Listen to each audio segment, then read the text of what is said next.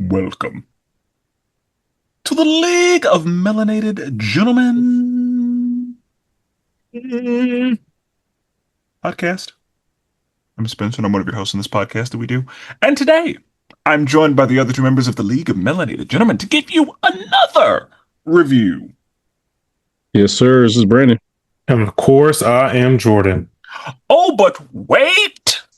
There's more. Today, we are joined by a guest, one of our favorite guests for today's episode. Darth David has returned. Sir. Yeah, We need yes, that, sir. We need that Darth Vader music. I'll put that in editing. Yeah. Darth David is joining us today. David, how you feeling? I am feeling wonderful. Finally free to join the league once again with another perfect series. Perfect. Well, Oh, perfect. Talk to him. Talk to him. Hey. Talk to him. this is definitely debatable. Let's Definitely talk about debatable. it. No, we're gonna talk about it. We're gonna talk about it. Before we talk about it, there are a couple of things we need to talk about. So, there are places where we, the league, can be found and contacted, and that is information Jordan is going to give you. Yeah, so we're on Instagram, YouTube, Facebook, Twitter. We're at the League of Melanated Gentlemen, LMG Podcast for short, if you want to look that up. That's where you can find us at. Come hang out with us in our little community that we're out here building. Don't forget to rate and review us on any of the streaming services, Spotify, Apple, or any of the other random ones. Subscribe to us on YouTube, all the good stuff. I feel like we don't really focus a lot on YouTube. I feel like I always tell people like, we're definitely audio first and try to do video next. So sometimes episodes come out late. You gotta deal with it. Gotta deal with it. It's gonna be what it's gonna be. But yeah, find us there. And then schedule updates, of course, on Mondays is when the main episodes drop, bright and early. Over 200 episodes to go check out. So we got a big backlog out there. We got LMG Presents Marvel Multiverse RPG. That is a Marvel role-playing game that we play here on the channel. If you know you've been following along with us, we are currently in the Alien Earth kind of adventure. So come on down and join us.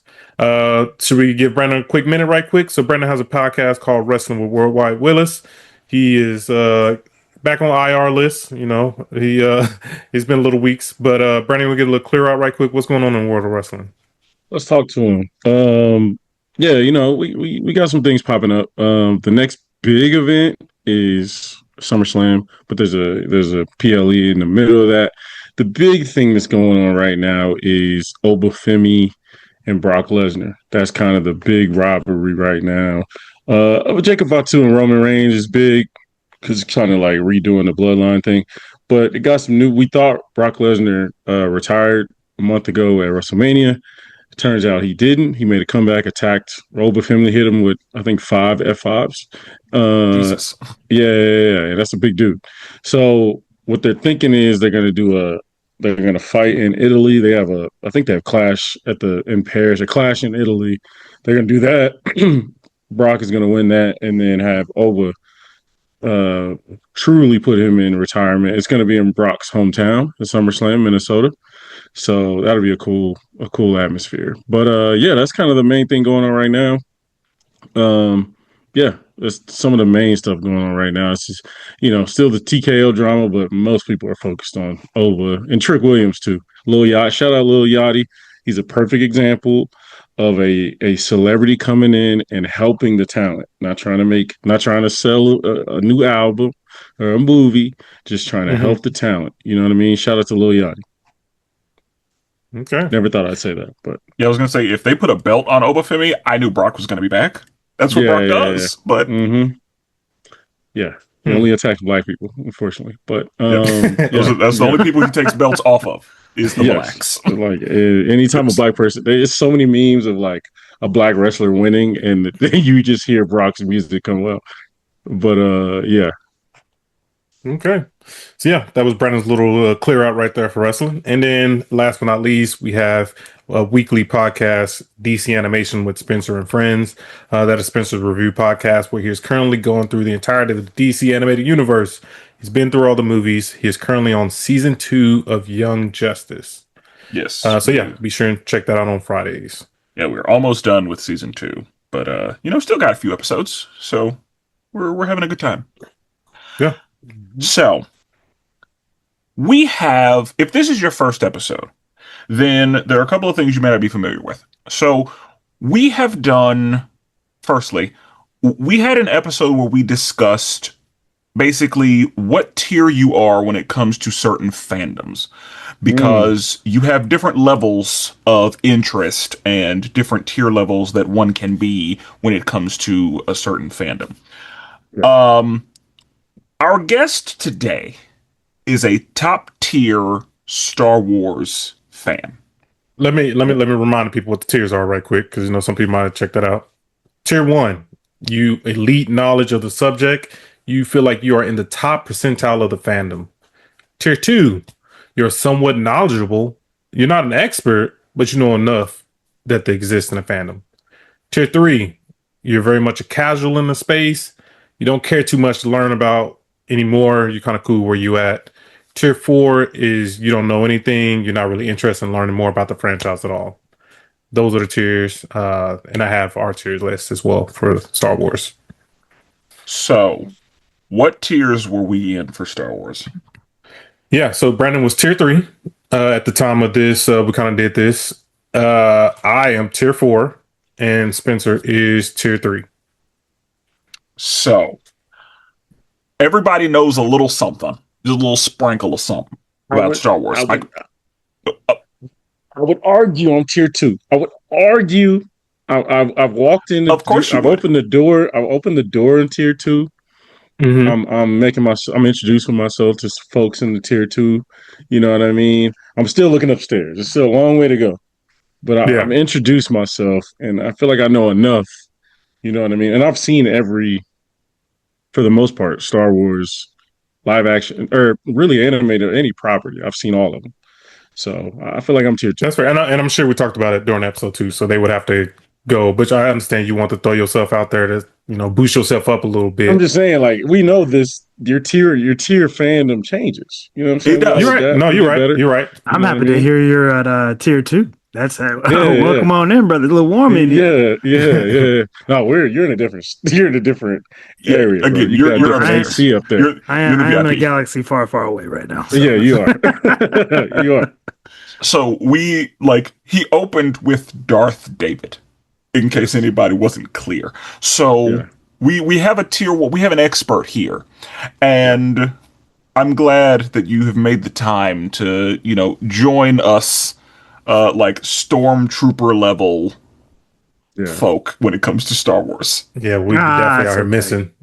I wouldn't say stormtrooper. I gotta give you all some clone troopers. Y'all can hit the broadside of a brick wall. It's fine. Okay, and I mean, again, there's a lot of stuff I know just from being alive in these United States, because Star Wars has entered the pop culture pretty significantly.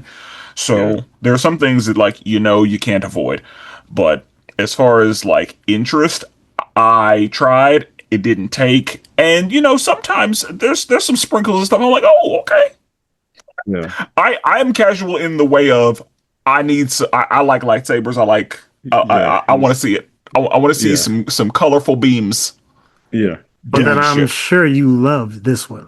Let's talk about it. Yeah. Today, we will be discussing Star Wars Maul Shadow Lord Season 1. As is the case with anything that we review, I will read a synopsis of the episodes in my own words, and then we're just going to talk about it. So, without further ado, should we jump in? Let's get it. I didn't know if there was any more ado. So, Chapter 1, Dark Revenge. We open with a bank robbery. The police catch the thieves, but Maul shows up and he is simply too much. The Allstate guy is hungry and his Padawan is arrested for stealing some street food. Captain Lawson investigates the robbery and Demas is furious. Maul has a bank droid deliver a message to Demas, and Captain Lawson tries to help the young girl who was arrested, but she refuses to cooperate. He is then made aware of the fact that Maul was involved with the robbery, but chooses not to alert the Empire. Demas meets with Vario, and Maul instigates violence using the bank droid that he kidnapped. Vario kills Demas, and Maul's squad is able to deal with that. And then the police show up. Vario is arrested, and Maul decides to go get him anyway. Maul also decides to free the young girl who recognizes him immediately. Mm-hmm. And that's the episode. So, I have a couple questions just to open. Okay. One, what is Maul's species? What is he called? He's a Dathomir Night Brother. Dathomir Night Brother. Is that because like he a blood? Like because I noticed he red and black, and his other blood brothers was red and black too. So I was curious, same Spencer, like that's what that people call. Because there are Night Sisters too, right? Yes, there are Night Sisters. Those are so. Whereas the Force is like this mystical accumulation of, let's just say, space magic for those that don't know. The Night Sisters deal in the darker side, but not dark side, of that magical system. Deal with more spirits, souls, voodoo. If you watched any of the Clone Wars series, you saw this eerie green aura, which is basically the representation of their souls, which is a play on the Force. The Night Brothers and Night Sisters can both tap into that, and we did see some of that in this series. Okay, so the Night Brothers and Night must Sisters have have a connection. Yes. Okay, because I'll say the Night Sisters, from what I remember, did not look like Maul. No, not at all. No. The Night Sisters do not have the horns at the top of their head. Their skin is not always that red color. I mean, obviously, Savage, his color is more of like a yellow green. So there are definitely different variants, but no, Night Sisters and Night Brothers are like almost two different species, but they are the same. Now, are they black with red stripes or are they red with black stripes? That's a zebra question. I'm not going to get into that. Yeah. I think they're red with black stripes. No, I think they all black, but they got a little red, little alopecia. Not alopecia. What's the vitiligo? Vitiligo. You got a little vitiligo. Well, so if you look at and I'm sure we'll get into this later, but if you look at the Night Brothers that are on Maul's crew, they are all red primary with a bluish tint to their stripes. It's not completely orange. black. Yeah, so they're not red. They're little they're orange. Like they light skin, red adjacent. Light skinned Night Brothers. Yeah, they light skin. Second question: what is? And when I was writing the synopsis, we didn't know names yet. We, as in me, because I didn't know who these people were, and they did not tell me who that girl was. They didn't tell me who the Allstate guy was. We didn't have names yet, so they get named once the show names them. Is that girl the same shit that Syndulla is? That's what I was wondering too. What's they that look girl like name? they know each other. Devin. Someone Ahsoka. Oh no, yeah, she's the same thing as Ahsoka. Oh, I see what you're saying. No, yeah. Is she the same thing as Syndulla? Who is Syndulla? I think so. I want to say so. Syndulla's green. And we She see was her. in- She was in the thick Ahsoka. girl, huh? Harrison, from Rebels. She's a Twi'lek just like the rest of them. She is just a different color variant, like how Night Brothers are obviously different variants. The Twi'lek species can be a whole assortment of variants, and I don't know the science behind that. I'm sure Star Wars has created some type of lore behind it, but I don't know that. I mean, yeah, probably. But yeah, like, because I know that she looked like Syndulla. She was just a different color, so I assumed that they were the same type of alien. Yes, I thought she was an Ahsoka. That's what I forgot about that girl. Yeah, I thought she was some type of Ahsoka. So you got to remember from the umpteenth episode way back in the day when I guess we were reviewing Ahsoka, her horn set are sensitive up at the top. It's decorative. It's got like some type of jewelry on top of it. Yeah. The Twi'leks curl back like two braided ponytails. Yeah. And they don't have horns. Okay. Gotcha. Okay. I just wanted to know what the situation was there. Can I ask one question? I feel like it helps people. I'm a timeline guy. David, Yeah, can I you help experienced us? this the other day. Can you help us with timeline? I feel like I kind of have a rough idea what timeline this is after Clone Wars, before Rebels, but like, can you? So Maul Shadow Lord takes place after the last episodes of Star Wars: The Clone Wars, where they released that last little trail off before the official canon Episode 3, where Ahsoka Tano's betrayed, Order 66 comes in, Mandalore, the planet, is glassed, And Yeah. at the time that Mandalore is glassed, the leader of Mandalore is Maul. So this is after the Empire, now formally, shows up, glasses Mandalore, forces Ahsoka to retreat, Maul to retreat, the surviving Mandalorians to retreat. And now we have because remember, Maul being the leader of Mandalore at the end of Clone Wars was also the leader of Crimson Dawn. And I'm sure we'll get into that here in a little bit too, but that's what we're seeing is the remnants of Crimson Dawn meets the remnants of Mandalore. That's why you see Mandalorians following Maul in this series. They still see him as the leader. So timeline wise, Maul Shadow Lord takes place after Clone Wars, right at the start of the Solo movie. Does that make sense? Han Solo's biopic film, whatever. We're in that era. So the Empire's fairly new. Vader is Prime Vader. That he's fresh out of the back of the tank. That's Prime Vader they're dealing with, which makes a lot of these fights so much more interesting. We'll go talk about it. And then it's just Maul playing the recovery game. Because if you've seen Rebels, we all know how it ends. But this is that in between part. See, this is what I told Brandon and Spencer. This series, I feel like you have to know a lot before. Because all that you just said, I ain't know none of it. I ain't know that we talking about the Crimson Dawns. Yeah, we talking about. And I was like, there's too much you need to know beforehand. I knew that was going to be the case going in because whenever I saw the first episode of Star Wars, Maul is who I was interested in, and then when he was cut in half, I was like, well, shit, never mind.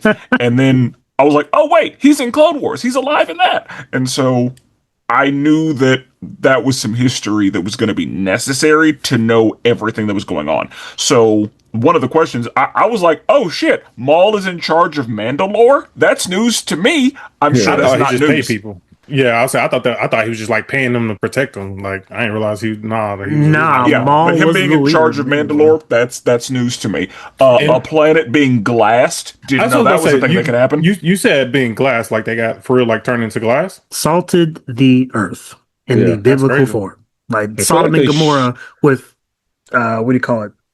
A whole bunch of but this way, the fleet that you see in the sequel series, which is one of my worst, I don't like that series, but in the sequel series, all those ships, imagine all those ships on one planet firing beams straight down. That is what happened to Mandalore, because on top of trying to destroy Maul, because Darth Sidious knew where he was, the Mandalorians are one of the only warrior races in the galaxy that poses an actual threat to the Empire on a consistent basis. And also, I guess a part of the reason that I didn't know that A, Maul was in charge of them, and B, that the planet got glass is because the show The Mandalorian takes place after this, right? Way after. Exactly. So I was like, oh, so like the Mandalorians are still around and they're fine. Yeah, I guess if you've seen The Mandalorian recent, like they go to the planet and you see how bad it is, like how rough it is, how the conditions of it is rough. You know what I mean? Like it's and Jordan to make it all make. I kind of compare Mandalorians to like Dune what's that place in Game of Thrones where they couldn't take over. Yeah. I know you're talking about. That's basically turn to the dragon skin and all that. Yeah, like you couldn't take over because they always rebelled, and it was just always really hard to get them to join the kingdom. That's kind of what Mandalorians are. Like they're a huge threat, and so you just had for the Empire they had to take them out. Are you talking about Dorne in Game of Thrones? Dorne. You can't fight Dorne in the desert. They'll never join you. They'll just be one of the kingdoms or whatever. Exactly. Like you will get you'll be having way more casualties than that'll be worth it. So cool. So the episode, there's a bank robbery, and we see some folks they're credits and all that. Just big old stacks of gold, and then, a robbery is happening. And we see, a colorful cast of characters in the robbery. Have we seen any of these people before? Like, the people that are in Maul's squad, like, are they people that we should already know if we are tapped in? Only one, and that would be Rook Cast. She was in a comic book series. Sons of Dathomir, and she's also a Mandalorian. So you could see her in blips of Clone Wars. But as far as the carryover goes, she's probably the only recognizable character from this series, from the Clone Wars, that was associated with Maul so far in this episode. Cool. So yeah, and she's Maul's number 2, like very clearly. So yeah, bank robbery's happening. They steal what they need. They get away. They get chased, and then they're like, "Hey, we got you." And then motherfucking Maul comes out. Yeah, that was a tough introduction. That was farming like crazy. I was like, "Yeah, I'm here for this." Because I fucks with Maul. Yeah. And, he was cooking. And I knew he would. Yep. And there was nothing they could do. And then we see a little green guy in a hood, the Allstate guy. And he's like, with his Padawan, and his Padawan is like, "Oh, you're hungry. Let me get you some." He's, begging for food. And it was very clear to me that they were Jedi. Like, and that's with my limited knowledge. Like, I clocked them being Jedi very immediately. I imagine, as did the room. I thought that was Franklin from Franklin the Turtle. Not Franklin. Yeah, I thought it was Franklin. Honestly, I'll let you get into it because this whole scene pissed me off. So, have we seen these two before? Like, are these two new to this show? Yes, they are. They are new to. They're not new to the franchise. The master is Echo Diodaki. He is brand new to the franchise. There's no lore on him because when they introduced him, I'm like, "We got another Jedi Master? Okay, all right." He's not a part of any councils. He's not, and that's the thing. And we can get to that one episode if we want to get into that. He's not on any of the high, middle, or lower councils that we've seen in Jedi history, in Clone Wars, the prequel. None of it. Never seen him before. The Padawan, on the other hand, we can get into her a little bit later. That one right there, that got some backstory on that one. Cool. We'll talk about it later. So yeah, he's hungry. He's begging, and she, tries to, snatch a little street food. She gets caught. It's unfortunate. And you can tell immediately she's rebellious. Yeah. And then we see Captain Lawson. When I heard him speak, I was like, "Is that Narcos?" Oh, it was Narcos. Yeah. It was Narcos. Yeah. He's very good. So I was like, "Oh, they got some cast for this movie. Okay." I literally put up the cast, just to see it. Yeah, he's cooking. Yeah. So, he's investigating the robbery, and they're like, this was Demas's shipment, and then they go to Demas, and Demas is, furious. Dude is mad. He's like, "Who would dare hit my shit?" And, there are a bunch of assumptions made, and they're like, "They stole a bank droid? Why would they do that?" And then we see that the bank droid, tries to start talking, and Maul is like, "I got a message for you to deliver for me." So, this show makes it pretty clear early that Maul's goal is revenge on all who wronged him. That is what I got very immediately. This is a revenge movie. Yeah. And so we see that happens, and the young girl is in prison. Well, I guess she's just at the police station.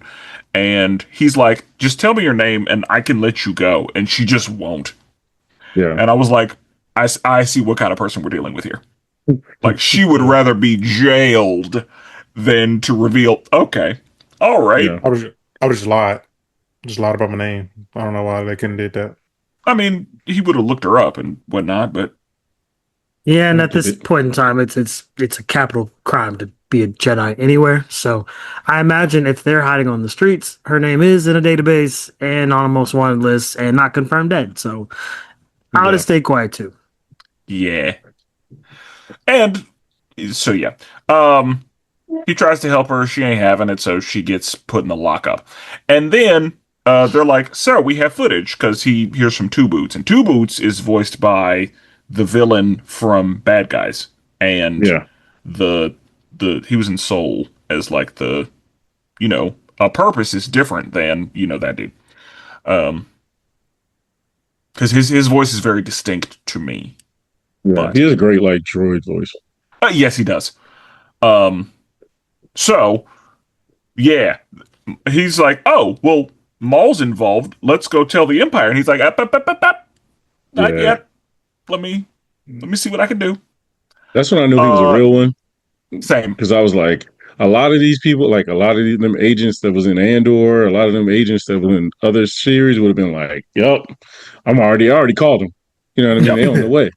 You know what I mean? And that's what Two Boots wanted to do because he's a by the book robot. Exactly. But yeah, the dude. I realized. Oh, go ahead. I was gonna say, I realized with all these series like that we keep watching, they're always going to introduce a new droid.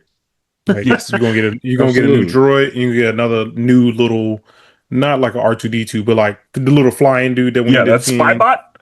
Yeah, we're gonna get one of these in every single series. And good. It's Star Wars. That's what I want. Yeah. So yeah, Two Boots is like, oh, let's call the Empire, and he's like, no, we're not doing that. And Brandon, same. I was like, okay, so I fucks with Captain Lawson if he's not trying to involve the Empire. Right. He one of them like street cops that's like street smart and knows like follows the law, but he's also like, all right. Yeah, he knows some game. He knows the Empire's up to no good, and he's not trying to get in any of that business. He's like, what? The government? Nah, bro, it's local. This is Janix. We got this. Don't worry about it. I got it. Yeah, I got it. Demas and Vario meet because it's assumed that Vario's the one who attacked Demas from all the people who don't know anything. And so they're having a meeting. Everything is pretty cordial until the bank droid is sent in. Now, question. Do we know what Demas and or Vario did to Maul? Yes, by this point. So the conversation that's happening at the dinner table, which special Easter egg if y'all didn't see that. They were eating chicken parmesan. It was on the plate. I paused because I was like, wait a minute, that looked too familiar. Anyway. Bro, that's some big back behavior, bro. How you know that? Hey, man, look. Chicken parmesan is Earth food. So I got a big old TV, and I said, pause. Wait a minute, that looked like chicken parm. Anyway. I never would have noticed that. So they're having a conversation about the betrayal. Obviously, Maul has not really done. He's a leader of Crimson Dawn. He knows all of the weaknesses of everybody that's involved with him in business. And since this is a revenge story, he knows how to get them one by one. He knows who's paranoid. He knows who talks too much. He knows who's still in the cut. And he's got a strong list. So at this table, they're discussing the potential, the robbery. Like, how dare you rob me? Like, I could have never robbed you, but you know who it could have been? Oh, he's dead. Is he? So there's already that suspicion floating because all those that don't know Darth Maul, fun fact, he is the ultimate survivor in Star Wars. I don't care what droid you got. I don't care what other character you got. In all of Star Wars that I've read up to this point, Maul is the ultimate survivor. Yeah. Well, yeah, he got cut in half. Yeah, that's right. Facts. So I have a question, but I think we will talk about the question that I have a little bit later because I'm a little confused by something that is happening. But anyway, they meet and shit gets violent. Mm-hmm. Demas dies. Yeah. Vario gets him. And Vario looked weird, and so whenever we saw Vario, I was like, what's happening here? And then whenever we saw that he was inside of a robot and he was tiny, I was like, okay, I understand. It makes sense that he looked weird. Yeah. He's got a complex for sure. Oh yeah. And so yeah, Maul Squad comes in and they're like, oh yeah, we two birds. But the police show up. So Vario gets arrested and Maul's like, nah, I'ma get him. Don't you worry about that. Yeah. But he's at the police station. We gonna get him anyway. So they go to the police station and putting him down. Yeah, it's not good. Yeah. And murders everywhere. Yeah, and they do get him. And he starts, just singing. Mm-hmm. It wasn't me. I didn't do it. I can help you with everybody else. Yo, who really betrayed you? All that. Just start talking. And I was like, well, that's what you do in that situation. Thanks. And then he looks over and he sees the girl. And Mhm. when he opens her thing, he's like, gasp, Maul. So Mhm. yeah, I do want to say because I didn't watch Clone Wars, as far as like the voice acting goes, I kind of wondered what Maul was going to sound like, and I think that he plays Maul the same way that I would have, like a little bit British, and everything is slow and deliberate Yeah. with That's a good this point. Maul, Good and point. yeah, like his tone made sense. Like that's what I expected Maul to sound like. Yeah. They did a So, great job on the casting for this. Yeah. They did. They did. So for me, episode one, it's a situation where episode one is either going to have you locked in for more or like Yeah. it's gonna be a struggle. So how did we feel when episode one ended? Were we locked in? Were we waiting for more? Were we like, oh yes, I'm here for it, or were we not? Jordan, I want to hear what Jordan has to say. I feel like we know Jordan in most cases. Do he's the we number one need to hater. start with negativity first? 100%. He's the number one hater in the, 100%. yeah, he's the number one hater in the room. So let's just get that out the way. I ain't gonna lie, bro. Like this shit is ass. I ain't even gonna lie. That's like, I ain't gonna lie. if you're not feeling it, that's one thing. But ass? Ass is crazy. Ass, bro. Ass Ass is crazy. It's I was crazy. like, this is about to be a struggle. And I'm gonna be honest, I felt that way 7 episodes in. 7 is crazy. 7 is bro. I got I'm locked telling you, into episode 8. see, casual tier 1 behavior. Tier That's 3 the You mean 4? You mean 4? You mean 4? Tier tier 6 4 behavior. Yeah, This man tier ain't even 4 on the behavior. ship. He ain't left Coruscant. In fact, he is I'm in just the saying, lower like, levels. I was thinking, like, what is this? Is this what the hype is about? Like, this is not it, Bro. And like, Honestly, this is me 7 episodes in. and it disappointed me because you're as casual as it gets. Like, if there's not a light flickering as far as lightsabers and shit, like you said Andor was trash, so that's how I know. Andor? First 3 episodes trash. First 3 episodes trash. Like, this is what I'm talking about, bro. Literally, Andor, the beginning of Andor almost like tells you what Star Wars is and the reason why Star Wars exists. But this guy, he just doesn't. Bro, it was too many names was popping in, too many new characters. It was, and I know this is a brand new series. like, so no, I you don't know dude, anything.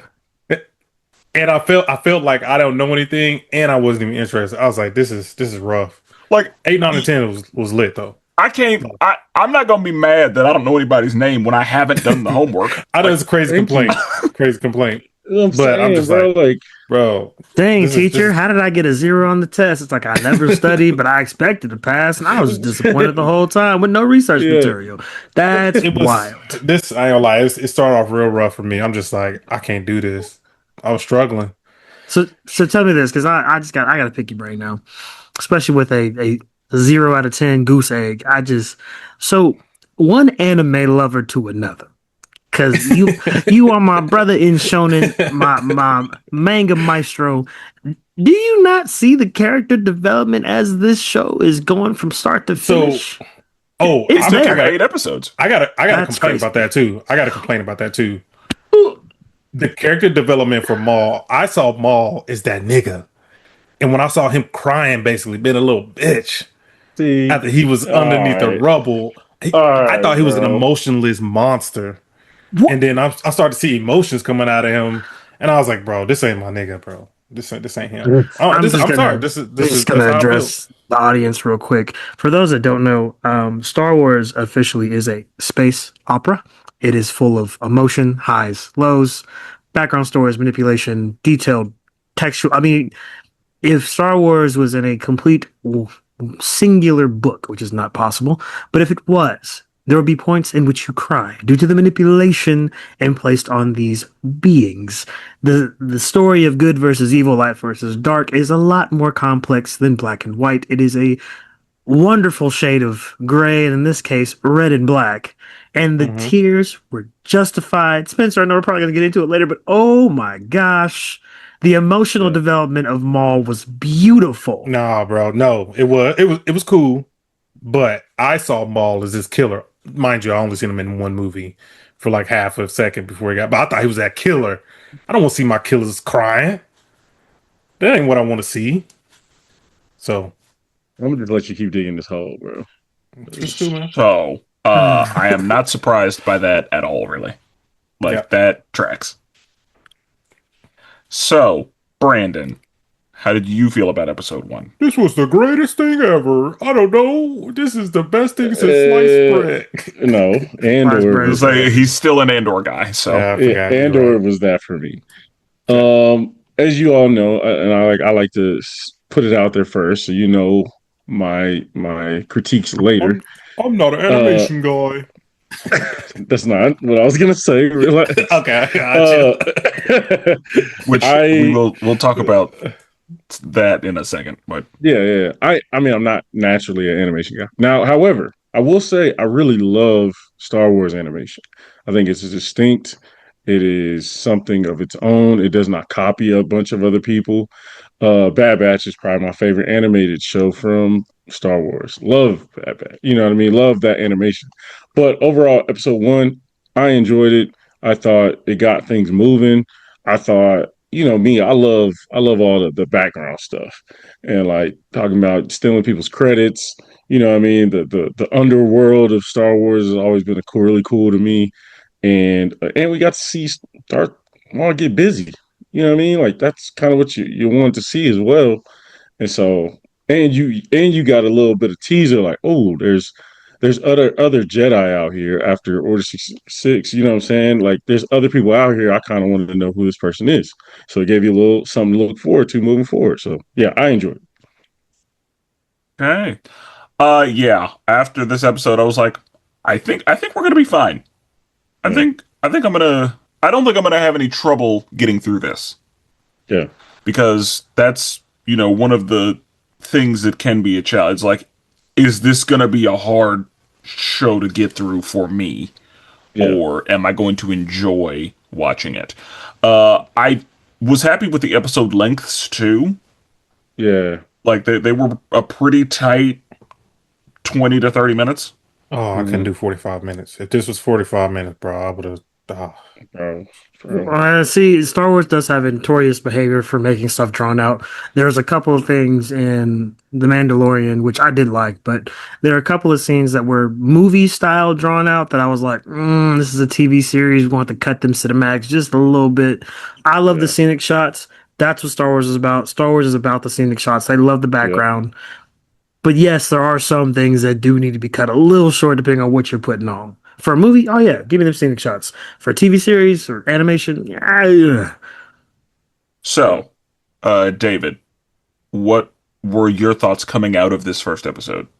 This was the absolute greatest thing. Go ahead and say it.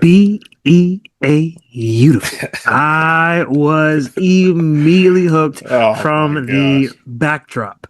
The art style, which, like you said, we'll get into the city, because they pulled up. I imagine you got some questions about that later, but as soon as I saw that backdrop and I saw the art style, I was like, cool. I'm with Brandon. When Star Wars does animation, they do it right. They do it right so well. Bad Batch was perfect. The last little part of Clone Wars was perfect with Ahsoka and Anakin and the fall and the rise. Even earlier parts of Clone Wars where they got into the Mortis gods, like, that's where your money's at. That's that. Like, if we want to put, I know Grogu and Mandalorian's coming out in theaters here soon. Yeah. But if they put another animation in theaters, I'm buying the tickets, man. I'm buying the tickets. Oh, 100%. That's 100%. It was good. Yeah. I will say the intro, the helmets. I think I say this every review. I really like the intro, like them showing all the different helmets, and they keep adding on to the helmets. I think that's pretty cool. Like it's like the Marvel version for Star Wars. I really like that. That's a good one, and I like that they keep adding on to it. So, Jordan, what do you think of this animation style? Oh, I didn't like it at first. I literally was that today, Brandon? Did I stop by and talk to him today about it? I wasn't a huge fan of the animation style, but I do think it looks better than the Clone Wars. Because I remember seeing that on Cartoon Network back in the day. I think it looks better than that, but I don't know. For some reason, this animation style wasn't just kind of hidden for me. It was fine. It wasn't like my favorite, but yeah, it was fine. Okay. I think I live in that same, like, it's fine. I don't love this animation style, Yeah, but I think that for Star Wars it works. I think yeah. that the fight scenes are handled very well in this animation style, and that's what I Yeah, need. And then this animation style also allows for moments where when there are not people on screen, it looks like real shit. Yeah, it So does. the art style for this is a mixture of hand painted backdrops and Yeah. animation layered on top. That's why I loved it, because it was a world art effect meets digital art all at the same time. It's best of both worlds. Because a lot of Yeah. times, Clone Wars example, straight digital art, sometimes it gets choppy. Sometimes the fight Yeah. scenes get choppy, but this one just kind of flowed. And for the casual fan or the Mm. semi-casual fan that only wants to see lightsaber fights, I think this was one of the best ways to view it in an animation. It was top tier. Choreography was top tier, and that artwork made yeah. it shine. 8, 9, and 10. Those Absolutely. fight episodes, fire, absolute fire. The visuals look excellent on those fight scenes. But yeah, I was just one of the biggest fan of it. Okay. Okay. Uh, let's get into episode 2, Sinister Schemes. We open with Maul and his squad escaping the police station with Vario and the girl who got arrested in the last episode of Dragon Ball Z. The Allstate guy flips their car, and Maul, I mean, he cracks a bridge as a distraction. Yeah. So, Maul sees that the girl is a Jedi and plans to train her to help him handle those who have betrayed him. Captain Lawson is too busy with his job to spend time with his son, and Maul tells Vario that Krim is the next target. Lawson goes to get info on Maul, and Maul pops up on the Pike Syndicate, and he handles everyone aboard the vessel. The young girl uses the Force to escape her imprisonment. And that's the episode. So, Very good. yeah, we see Maul and his people. They are leaving the police station. They have Vario, they have the girl, and the Allstate guy sees what's happening, and he flips their car over. It's like, gasp, he's a Jedi. Okay. Again, Yes. not Yeah. news. Yeah. And, there's some brief scuffling a little bit, and then Maul is like, all right, there's a bridge up there. Yeah. Cracks that mug. Starts falling. And because the Allstate guy is a good person, he's holding up the bridge using the Hmm. Force. Now, Maul is very, very gray, in my opinion. Like, leaning more toward evil from what I have seen, but Mm. very gray. When we met him in episode 1, he was evil, and I think that was more because of his alignment. And then once that was severed, he's still a bad man, but because he's against the bad guys, he's like, he shifted good, but Hmm. you know? So when he cracked that bridge, I was like, oh, is he just a villain? Is he a straight up villain right now? Because Yeah. that's villain shit. It is. But we see there's nuance and all that. So they're able to escape and everything's fine, and then and Maul notices that the girl is a Jedi, which I think he knew the moment he saw her. Agreed. He felt David. her. Yeah, I was gonna say, Yeah. David, can Force users sense each other? 100%. That's why if you'll notice in Ahsoka, when the Inquisitors landed on the planet, they knew where she was. It's a Force ability to be able to sense other Force users. It's one of the cons of the power system, is that if you are a strong enough user, prime They can example. always find you. Yes. So there was a branch of the Jedi Order back then before the Clone Wars called the Wayfinders. Their job literally was to scour the galaxy and find children that were Force sensitive. Sounds kind of weird when you say it out loud, but Yeah, bro. They have the ability to reach with their force essence across the universe. That's planets and planets and planets, and sense these things out. They also had like holocrons that helped them do it or whatnot. But yeah, no, the moment she was on that planet and Maul was on that planet, he knew where she was. Clocked her. Yeah, I think we 100%. talked, and I think we talked about this too. But I think we've talked about that before as well. I Probably. remember. Yeah. And we see them send like they can feel each other a lot of times. But yeah, Maul is like, I like her. Yeah. I'm gonna have to train her up. Definitely saw some chinks in the armor, which I mean, can you blame a what is she about 7, 9? Maybe we'll go liberal and go like she's 11 years old. That She's sounds like seen how some old is she? things. She's done some things. She's experienced this betrayal. Yeah, there's some cracks. He's like, oh, not pure. Sitting next to Yeah. pureness, because he definitely knows who the master is. But Yep. you look like you got some anger issues. All right, all right. And I mean, and again, I knew that whenever she was like, "Lock me up," I ain't got shit to say. Lock me up. Yeah, Throw away the Yeah. key. I yeah. ain't afraid to fuck another man in the ass. Whoa, whoa, whoa. So yeah, when she did that, I was like, "All right, I see what's happening here." And it seems like, at least recently, from my point of view, from my perspective, Star Wars is including a lot more gray people. Oh, I thought you were gonna say girls because I feel like they're including a lot yes. more female characters. That's true. That's- Yeah, overall I mean, they are. There are a lot more female characters, but a lot of characters who are more morally ambiguous. Like a lot of Yeah. characters who are not just purely good as the focus is what Correct. it seems like. Yeah. Yeah. And, makes sense. So, yeah, he's like, she can help me get the shit done that I need to get done. And then we see that Captain Lawson has a son, Riley. Riley was voiced by one of the kids from Percy Jackson. But, yeah. So, Riley, he's a sports guy. He plays lacrosse. And, he wants his dad to come to his game. His dad's busy. There's a divorce. And we learn a little bit about that later. But yeah, like there's some turbulence, and he just wants to spend some time with his dad. And we've seen dad is too busy with his job to acknowledge his son and all that. It's a pretty classic trope. Yeah.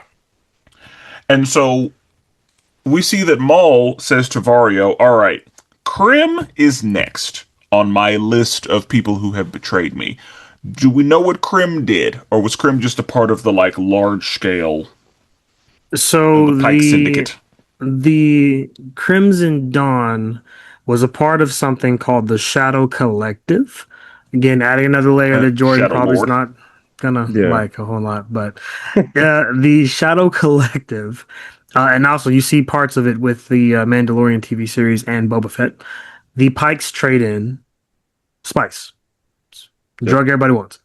So the Shadow Collective has probably Demon's crew, the Pikes, all these different people, along with Crimson Dawn, which belonged to Maul specifically.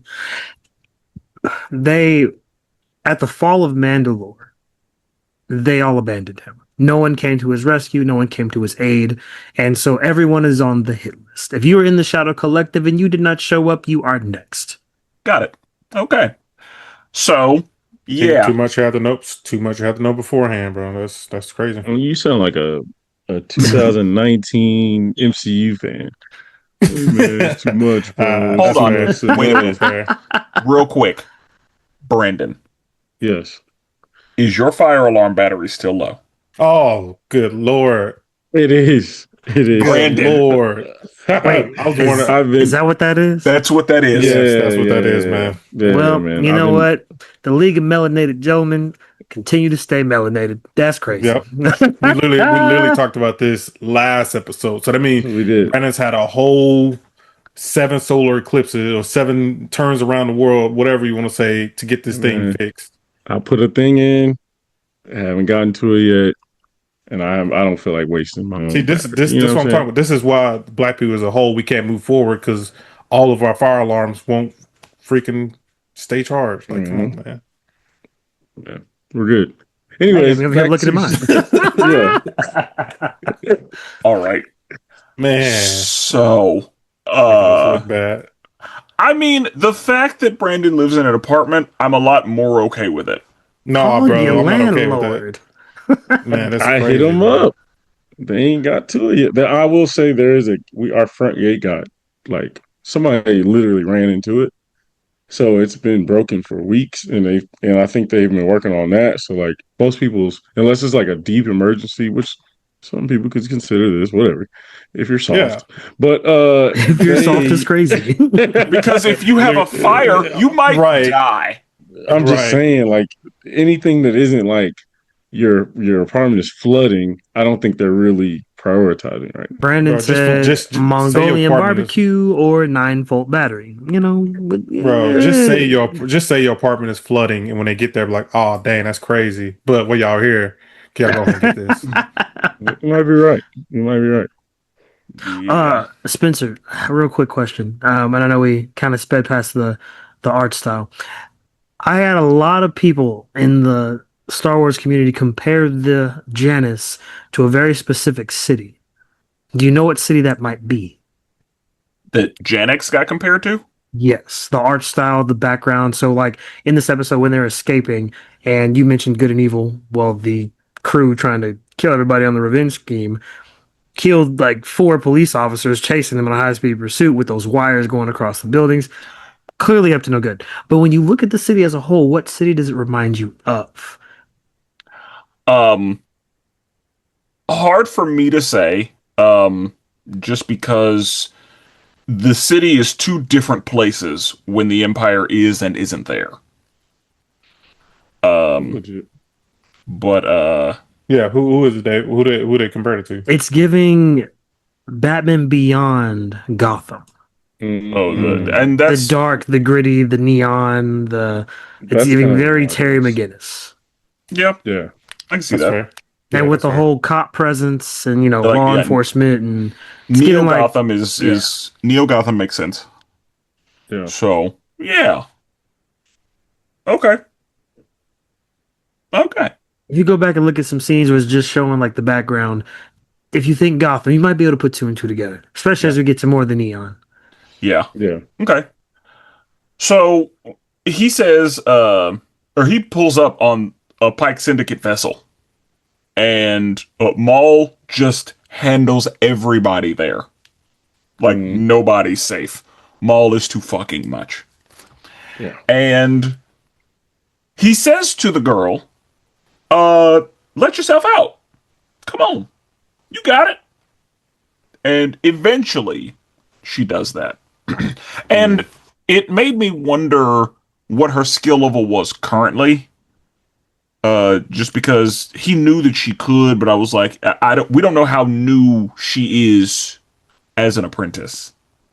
Yeah. And I don't know.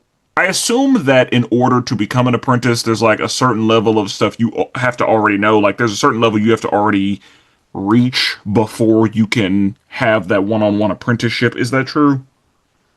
Like, do you go through kind of like a beginner boot camp before you get a master? Like, how does, or can you just from scratch, knowing absolutely nothing, can you get a master? Absolutely not. So, in the regards of like the events of Rebels, which obviously the Jedi Order is destroyed, or Anakin Skywalker, his thing was completely rare. But in canon, he still had to go through what other younglings, because that's their rank, is a youngling. They go through a sort of Jedi academy where they learn the basics of the Force, lightsaber tactics, piloting. It's basically super soldier school because by the time you get out of it, you know a whole bunch. Yeah, because I remember However- seeing some of those classes in Yes, something. where they have the helmets on, they can't Yeah. see nothing, and they gotta like deflect the little laser bolts. Yes, it's a part of youngling training. So she came in as a youngling, went through the Jedi Academy, forged a lightsaber, and got chosen. And that's a very important fact here because younglings do not always get chosen. You can go through the academy. There are not enough masters for every youngling to have one. So in her case, based on potential, that master chose her, or it was assigned to her by a smaller council. The kids that don't get chosen, They still got career paths. They don't just get released back into the wild. They have other career paths, and they're not very good. But everybody has a role. So she was one of the few that got chosen. Obi-Wan Kenobi, he didn't get chosen. Qui-Gon did not choose him off the rip. He was a farmer, actually, after he got out of the Jedi Academy. Bro, that sucks, bro. You got access to the Force, and you got to go be a bank teller. No, that for real. Sucks. Yeah, that's crazy. That Obi-Wan Kenobi was on a out. farm planet till Qui-Gon landed on the same planet, sensed him, and was like, "That's my Padawan." No, I'm crashing out. I'm joining the dark side. That happened to me. That happened to me. I got to go be a sanitizer worker, but I can move this truck with the Force. Nah, bro. You better move that plunger. Yeah, nah, bro. I'm going to the dark side. I'm going to the dark side. They gonna know my pain. Okay. And after she releases herself, that takes us to episode 3, Whispers in the Unknown. We open with the young girl having a spot of tea with Maul. He tells her that they aren't so different, and she takes his lightsaber and attempts to leave. The police pull up on a meeting between Vario's people and the Crim's people. Things get active, and Maul's squad shows up, and they leave after a couple RPGs. Daki, whose name we know now, pulls up on Captain Lawson at his son's lacrosse match and asks about his niece. Two Boots updates Captain Lawson, who is still refusing to involve the Empire with this matter. Maul's squad has Vario talk to Krim, and Devin briefly fights Maul before he allows her to escape. Yeah. And that's the episode. I'm gonna need that back. Yeah, I'm gonna need that.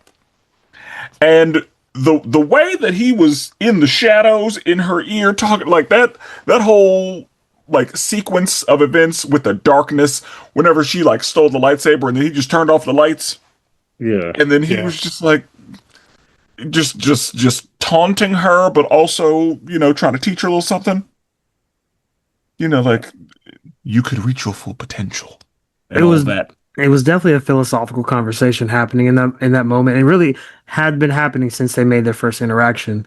Yeah, because he says to her, like, I'm sure they have told you that I'm the bad guy. Yeah. But what's happening in your heart? And yep. and she's locked into how she feels. She's like, I cannot trust you, and I know that. And so I have to hold on to that. But yeah, that whole philosophical discussion that they were having and the way that it was animated was nicely done, in my opinion. Very much so. It gave the almost the mental manipulation that was exposed to him in a different way, because Maul is more mature now. He understands that there is no such thing as the light side and the dark side, and for him, from his perspective, it's just you better get yours. Like you can be with the Jedi, point. Use your powers for good, sure, but you better get yours at the end of the day. Yeah, and Maul, we see a lot of Maul doing stuff to like center himself and maintain his own peace. And him just having tea crisscross is one of those moments where I'm just like, Maul is really trying to keep himself, like he's trying to keep things tight, and he's trying to maintain a center, trying to keep peace and all that. So yeah, when she escapes, all his people are like, when she escapes, all his people are like, yeah, he's that way. He wants to see you. And, that's when all that happens. They talk. She tries to do some shit. It's like, honey, you ain't got no chance. Yeah. No. That's that killer Jordan was talking about. Can't get that kill. Yeah. The dog. Yeah. And so, Vario sets up a meeting with Krim's people, and that meeting happens, and a lot of stuff, a lot of things get active. A lot of sparks fly. A couple RPGs get launched. The police show up. A lot of activity there. And after that, we see that Riley has a lacrosse match, and Two Boots has to be like, shouldn't you be at your son's match right now? Yeah. He goes, and then he has the audacity to say, I would never miss this. All right. Oh, okay. Yeah. And then a little green man shows up, and he's like, "Hello, I'm Docky, and I'd like to ask you about my niece, who looks nothing like me, but don't ask questions. Uh, Right. what's the deal there? Like, I can't just give you that information. Well, you should." And Yeah. then he disappears, and then Lawson disappears after Riley scores a goal, and I feel bad for Riley, but Yeah, it It's is what it giving is. so traditional cop because if you look in the first episode, That's this what I was episode, he drinks coffee every day. He drinks coffee Yeah. every couple of hours a day. Yeah. He misses all his son's practices and like missing the game. I just sat there like, damn, bro, you couldn't have stayed for like the I mean, score. this is a very standard, like, married to the job situation. Like, Yeah. there are a lot of shows and properties that use this trope. So Two Boots tells Captain Lawson what happened because he was at the meeting that went awry.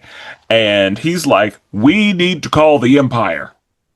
yeah, Not only is that protocol, but they have the resources that will help us." And Lawson is like, We're yeah. not calling the Empire. We will take care of this." And then we see that after this happens, Maul says to Vario, like, "Hey, talk to Krim. Here's exactly what you're going to say." Yeah.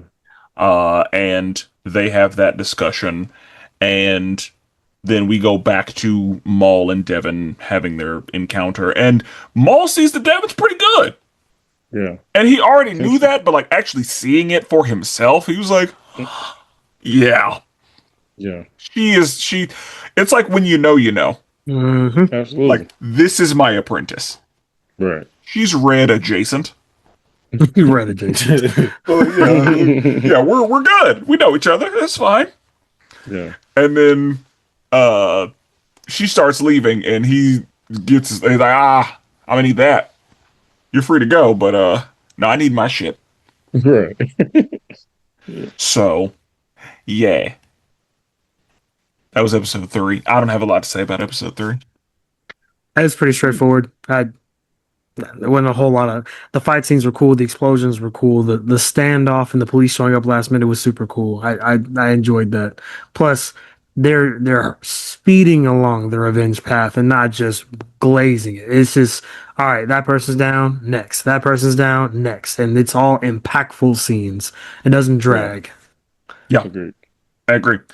And so in this episode, though, that's like because we get all of the Maul and Devin time, like that was the meat of this episode to me. Yeah. That was the more important piece because he, like, we don't know how successfully he's getting into her head yet, Yeah. but we And hear him and we're like, I mean, Yeah. you're saying the things. So, that takes us to chapter 4, Pride and Vengeance. We open with Vario going to meet Krim. Maul pops out and Vario stun guns him. Vario then turns him over to Krim, but turns out it wasn't Maul. The real Maul pops out, kills Krim, and starts monologuing. Devin reunites with the Allstate guy, and she wants to bring Maul to justice. They tell Captain Lawson where Maul is, and he gets a strike team to move. When they arrive, Maul attempts to make a deal with Lawson via hologram FaceTime.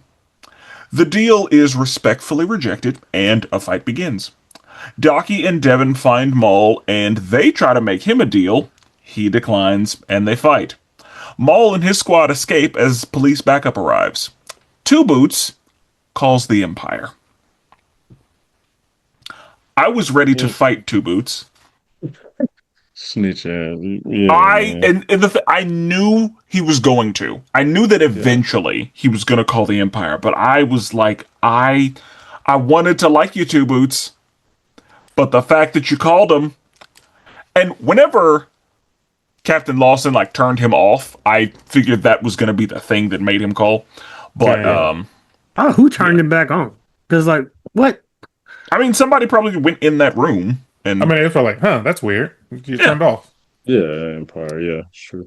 But anyway, Vario and Krim, they set up the meeting, and we see that Vario got a little weapon on him, and then whenever, stuff starts shaking out, we see that Vario, pops Maul with the stun gun, and I was like, that wasn't Maul.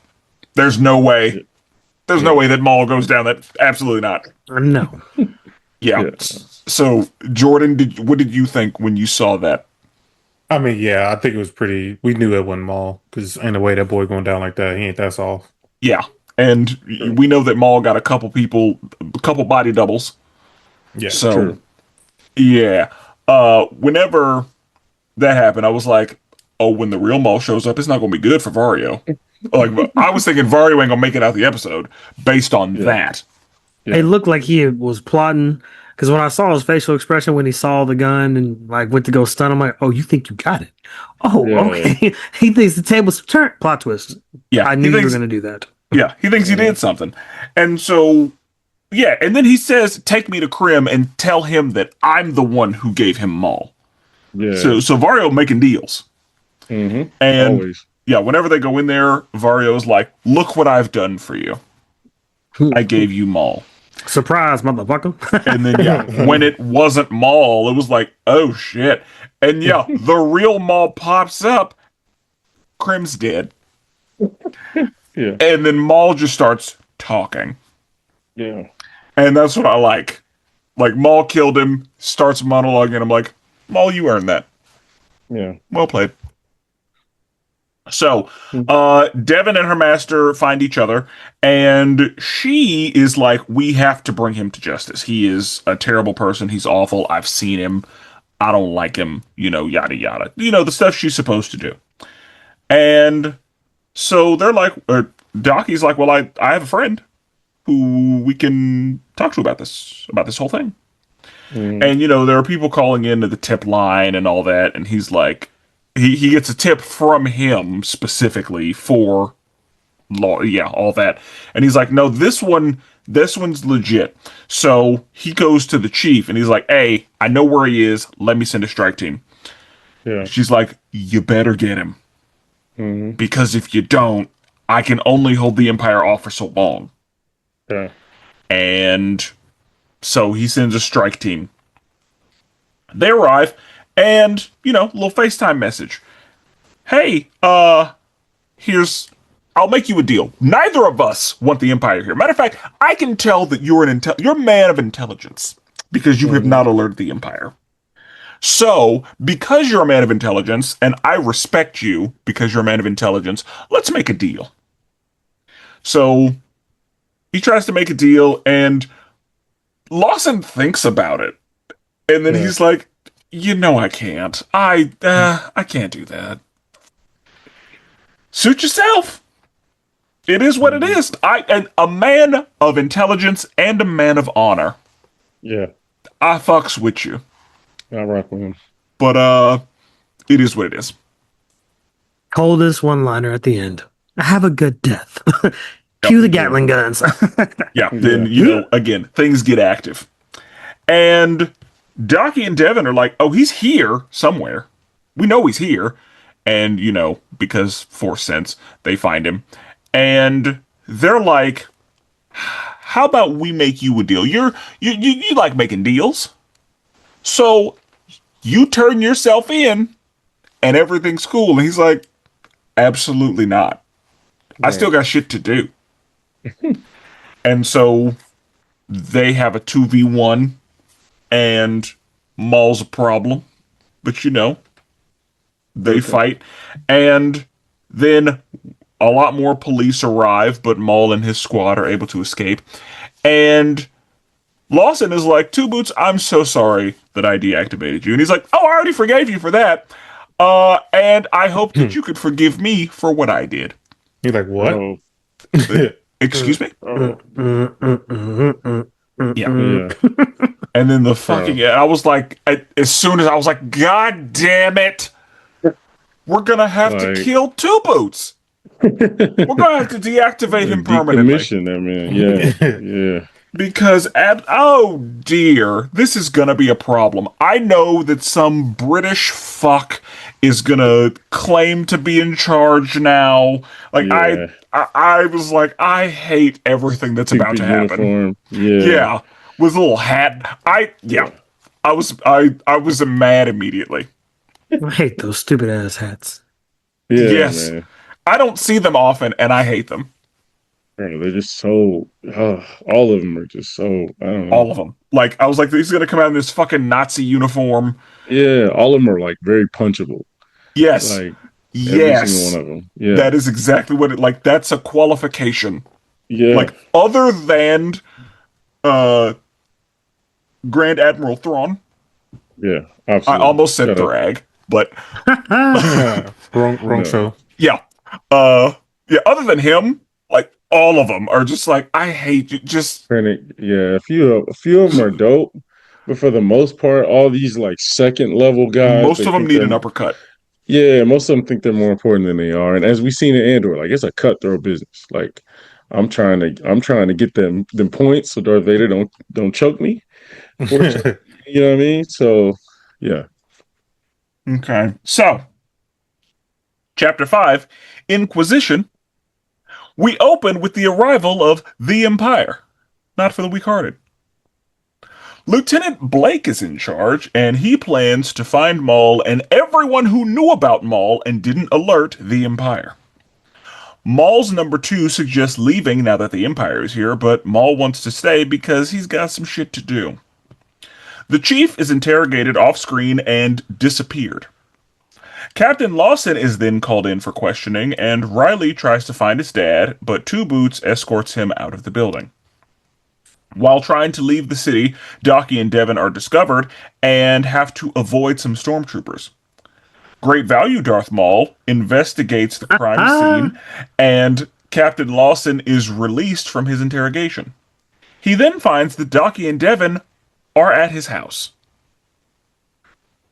Yeesh. So, the Empire. They are here. Lieutenant Blake is exactly what I thought he would be. Absolutely. A bitch. I hate it. I was like, oh, this fucking guy. Get him Yeah, off my bro. screen. He's just everything. Yeah, it was the way he walked in the building, the way he was pointing people around. You know what I Everything. mean? Like, nah. 100% pompous asshole. Just like, oh my god, he's gonna be Yeah, annoying right. this whole rest of the show. Yeah, I know Yeah. I'm gonna hate him. Yeah. And he says, not only am I gonna find Maul, I'm gonna find everybody who knew he was here and didn't tell me he was here. That's crazy. Everybody. And I was like, well, shit. Yeah. Starting with you, Chief. And how I knew I wasn't gonna like him is whenever it was like, "Where's the chief? Who's asking?" I'm Yeah. asking. Who are you? Yeah. I don't give a fuck. Yeah, all that, and yeah, she they deal with her. Bro, can I quickly just want to talk? Murdering her is crazy. Yeah, I agree. Oh Like, yeah. It's I the thought Empire. well, I thought, okay, threw It's her in the protocol. black cell. Like threw her in jail, threw away the key. Okay, cool. But to murder her because she didn't know or tell you about a fugitive who, I mean, one of the most dangerous men in the universe. She didn't have tabs on him. Like that's crazy. Yeah, You got set the Even example. for Star Wars. I mean, maybe so, but like even for Star Wars, that's crazy. Like, It's yeah, really she not. was just murdered. They've Well, killed I people for know. less. I know, but it's just like the lady was here for 5 minutes, and they're like, "Oh yeah, she got murdered." As soon as she copped an attitude, I knew she was dead. yeah, They Yeah, don't do attitudes. Humble yourself. You're not a part of the Empire, so you're Yeah. expendable. yeah, David, I have a question. Hmm. I have only seen, and I again limited. I have only seen the Jedi mind trick used by Jedi. Is that a thing that any Force user can do? Can Sith do the Jedi mind trick? Is that a skill that crosses the boundary of good and evil? Skills have no good or evil alignment for the Yeah, you most gotta part. level up Um, that skill tree. 100%. So the only force ability that has a good and bad is force lightning and force judgment per se. Whoa, whoa, Force whoa! You can't just throw that one out there Is because that we know what Force Lightning is? yeah, we know Force Lightning. Now, what is Force Judgment? Nah. So Jedi Master Plo Koon, if you guys Oh, remember back no, to no, no. Just assume we don't know. Yeah, all right, cool. You who the didn't fuck say that is? Samuel Master Jackson's character. So We don't Jedi know. Master Plo Koon was the mentor of Ahsoka during Star Wars Clone Wars. If you look up his face, you'll know it. It's iconic. And in Andor, his mask is sitting as a trophy display. Yeah, I don't know how they got that one, but it was sitting in there. What's his name? Bro Groot was Plo Koon? Plo Plokoon. Plo Koon. He tinkered with, oh, I guess not tinkered with. He, while studying Force Lightning, he developed the ability of Force Judgment. Force Lightning allows you to tap into rage and That boy, harm ugly. someone with one of the most ugly is crazy. With one of the not most ugly, though. ruthless attacks. Force Judgment gives a yellow lightning effect that has no intent to harm but can hold. It could imbue harm for sure, but it's almost like y'all remember Dragon Ball Z with Grandmaster Roshi and like the spirit thing with the how he like if you had an evil spirit, he put you in a pot. Oh yeah, what was Imagine it, that as like Mephobu or something like that. Yeah. yes, imagine that as like forced judgment. If those not with good intentions will be affected by it. So Okay. those are the two really light and dark. Every other ability is exactly as Jordan said. Step your game up. Jedi Yeah. can force choke. Sith can force choke. Mind tricks are not limited to good and evil. Okay.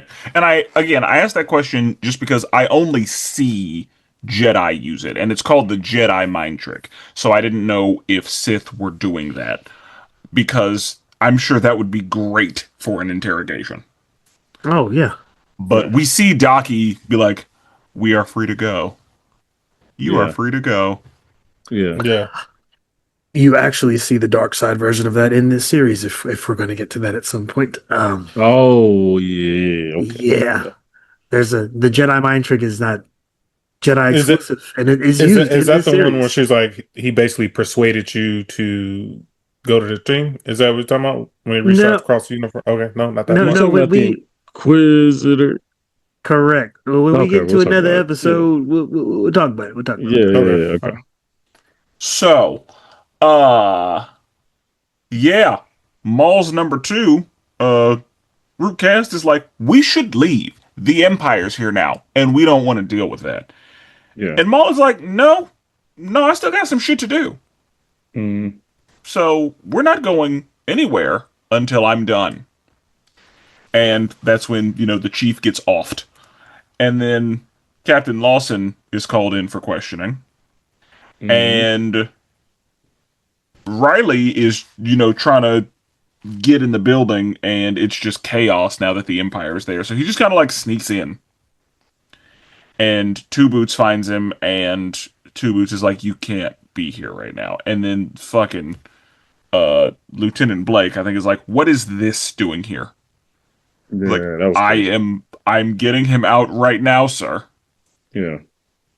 So, and then Daki and Devin are like, we have to go. And I assume most of the people watching this show understand why they have to go.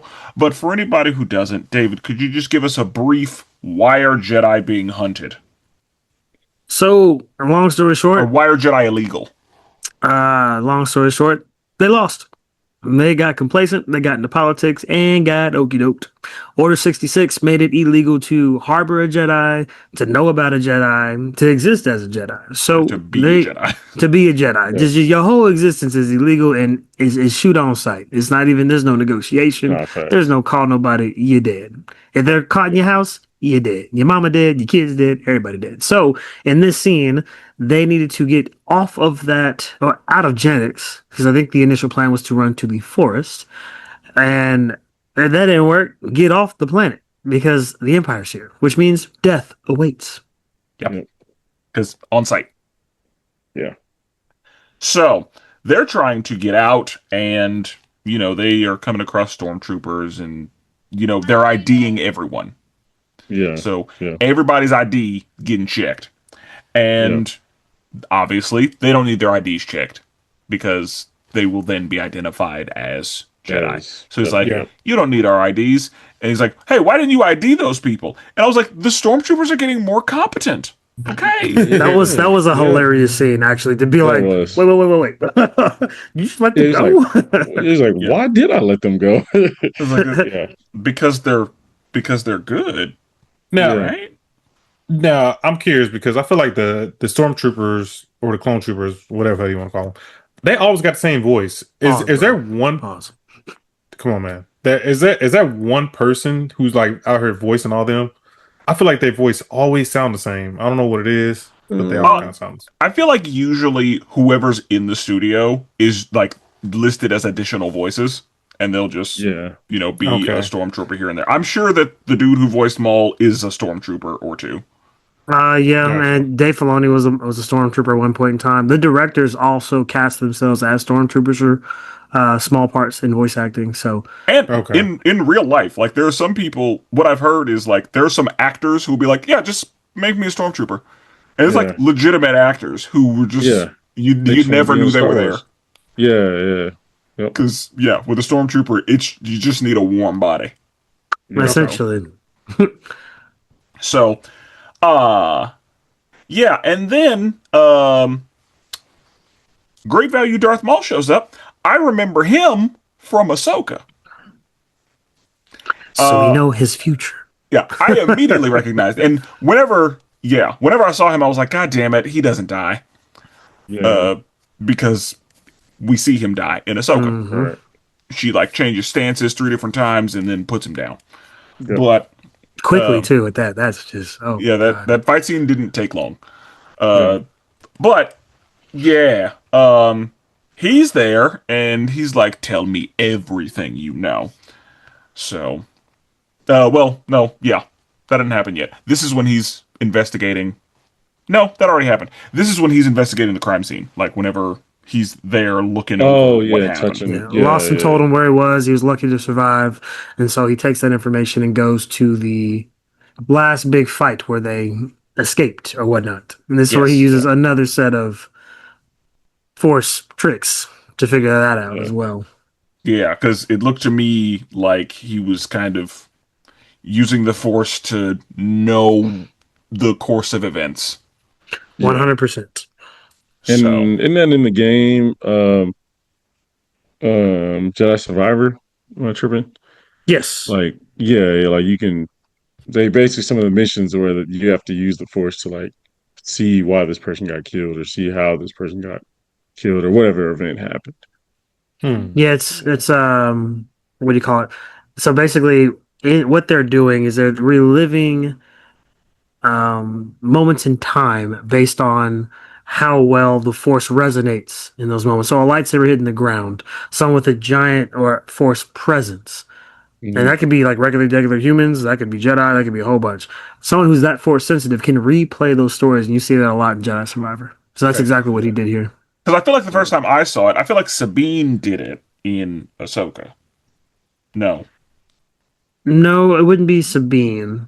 You I you thought she see was the one doing it. you could see it in Was it Clone Wars. Inquisitor? It did happen in Clone Wars. Inquisitors do it all the time too. Yeah. And so I guess, are Inquisitors usually just like force sensitive people that are like hired? Because I know the Sith has the rule of two, so I kind of wonder where Inquisitors fit into that system. Asajj Ventress, if that name rings a bell for anybody. Nope. It feels Um, familiar. Okay, so Asajj Ventress was the bald-headed lady that was Count Dooku's apprentice. She had the twin Yeah. red lightsabers. You might see her, randomly on the internet. The Inquisitors are a military strike team, if that makes sense. They can go off one-on-one. They can go off in a group, go off in pairs. The rule of two is master and apprentice. When it comes to like Sith hierarchy, there is one master, that is Darth Sidious, the Emperor. There is one apprentice, that is Darth Vader. The Yeah. Inquisitors are not a part of that hierarchy at all. They are a ragtag team of high ability Force users under Vader to specifically hunt Jedi. That is their whole role. I guarantee you, if all the Jedi were wiped out, Vader would take out the entire team too, until it was just him and the Emperor. Yeah. Okay. Yeah, once I figured out that the Inquisitors work for Vader, I was like, oh, okay. That makes more sense. Okay. Okay. Thank you, because I did not know that. I just know that they have like number sibling. Like that's who they are. Yeah, it's just like a ranking. Yeah. First brother, first sister, seventh brother. That's just who's the strongest and on down. That's all. Yeah. Because a part of the Inquisitors formation was a bunch more of them what you just see, and they had to fight each other. And the survivors were considered the Inquisitors because they did have to score off. Yeah, and I know they have a Grand Wizard. So, yeah. I assumed their Grand Wizard would be Darth Vader, but Grand Wizard is crazy. Yeah, Grand Wizard is wild. Grand Wizard is crazy. Yeah.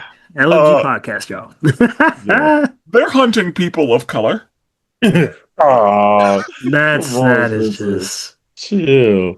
I mean, he's not wrong.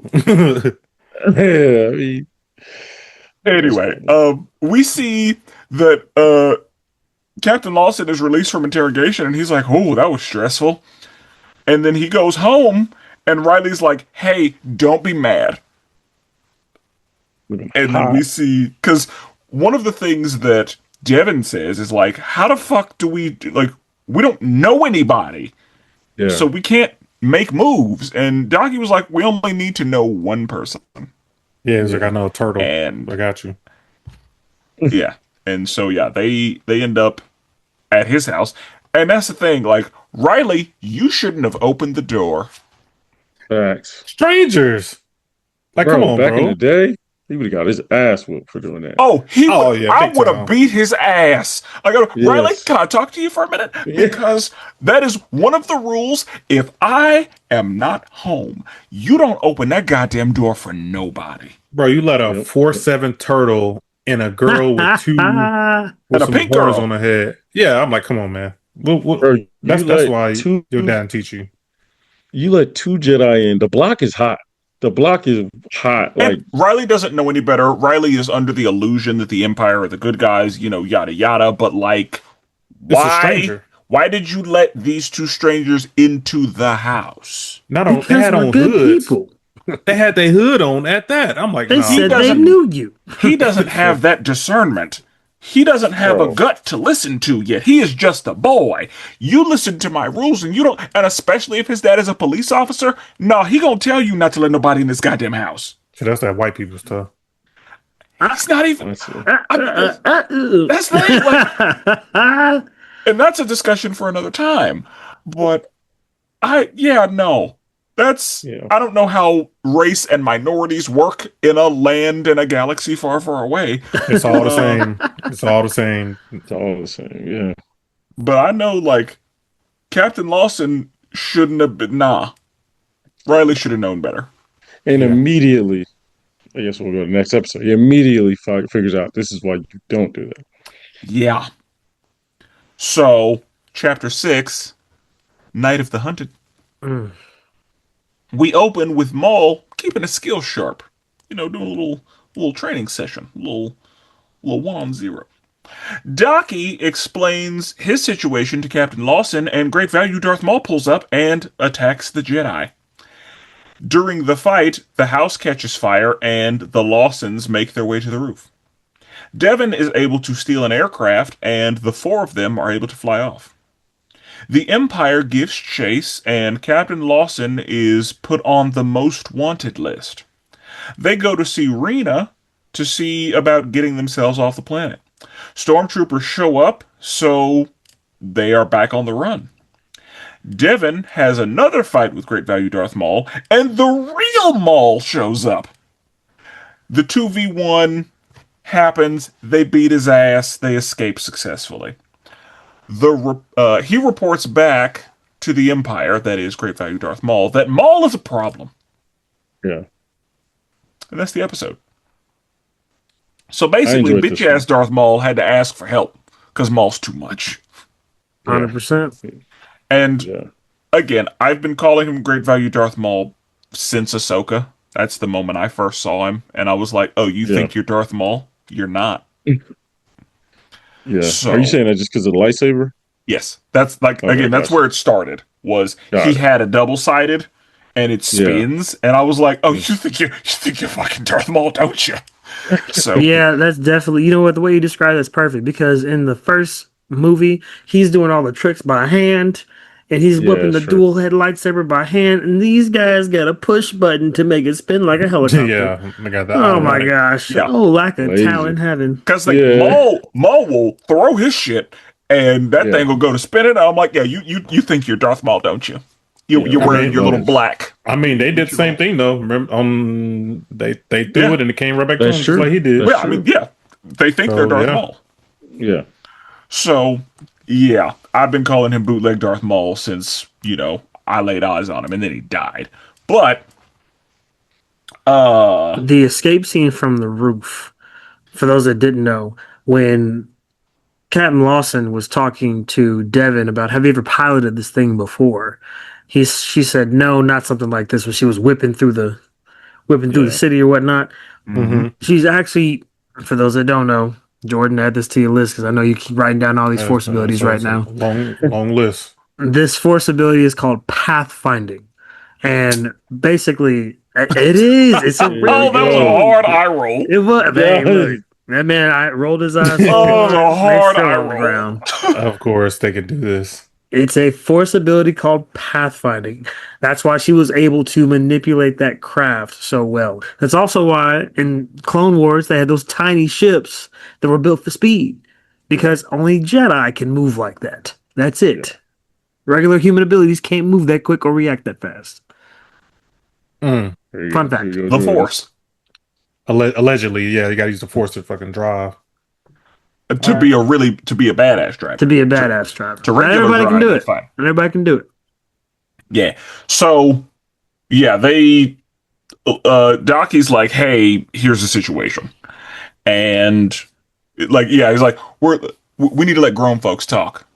And Yeah. while they're talking, I'm not sure how old Devin is because Devin talks about Riley like he's a child and she's not. Yeah. They about the same age, bro. But yeah, she definitely like called him a boy or something, and he was like, "Boy." I think it's girls sometimes they call guys like oh boy because girls are more mature. I feel like that's what that was. I thought she's an alien, so we don't know how old she is, but she probably isn't a child as far as like The wiki gives her teenage. Yeah, which So tracks. she like, says she's 13 or something like that. She's a teenager, 13, Oh, 14. okay, So they're probably the same age.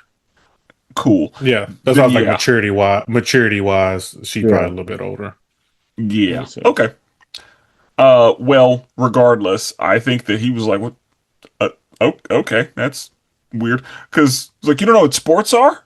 You clearly haven't been here if you don't know what lacrosse is or whatever they Right. call it. But anyway, yeah, they're talking, and then Maroc, is that his actual name? Merrick. Yes, Merrick, Maroc. Either way. Yeah, My dad. yeah. Anyway. Bootleg ass Darth Maul shows up, and they're fighting, and the fight makes its way to the roof. Devin gets a vehicle, she flies it like a champion, and Captain Lawson's got to be like, "Huh, all right, Yeah. I'm gonna let you ball out. I didn't mean to disrespect you like that." And then whenever they go back to the police station, whenever we go back to the police station, Two Boots sees that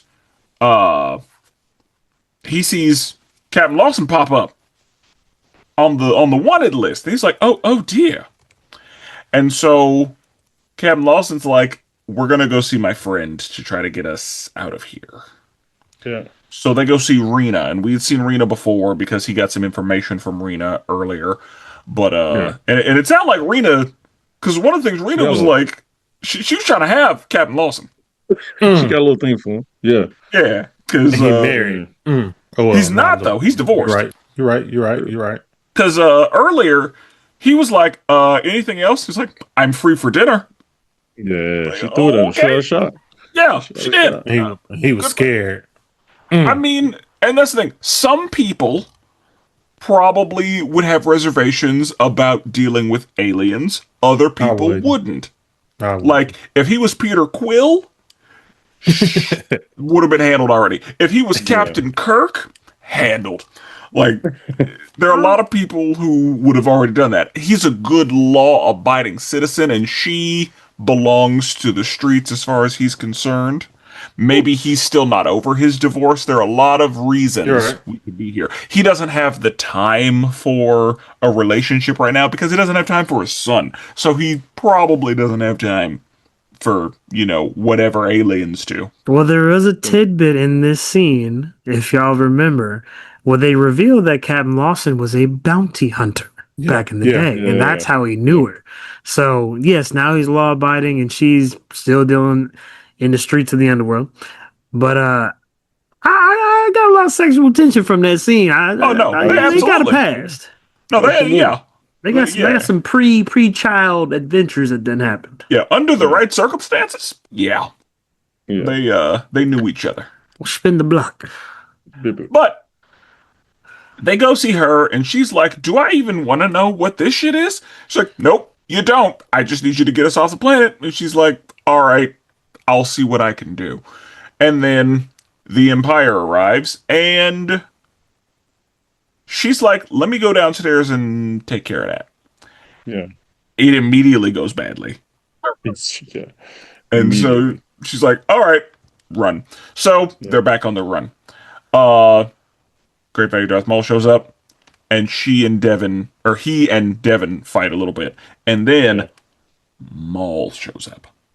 Bro, that train going by, and you have to like slowly like focus in on like he's right there. That was cool. Yeah, That was dope. we love a train fight. Yeah, it felt like a Captain America, you know what I mean, Avengers type joint. Yeah. Yeah. So He's the king of ore farming in this series, man. oh yeah, Yeah. because he was just standing there.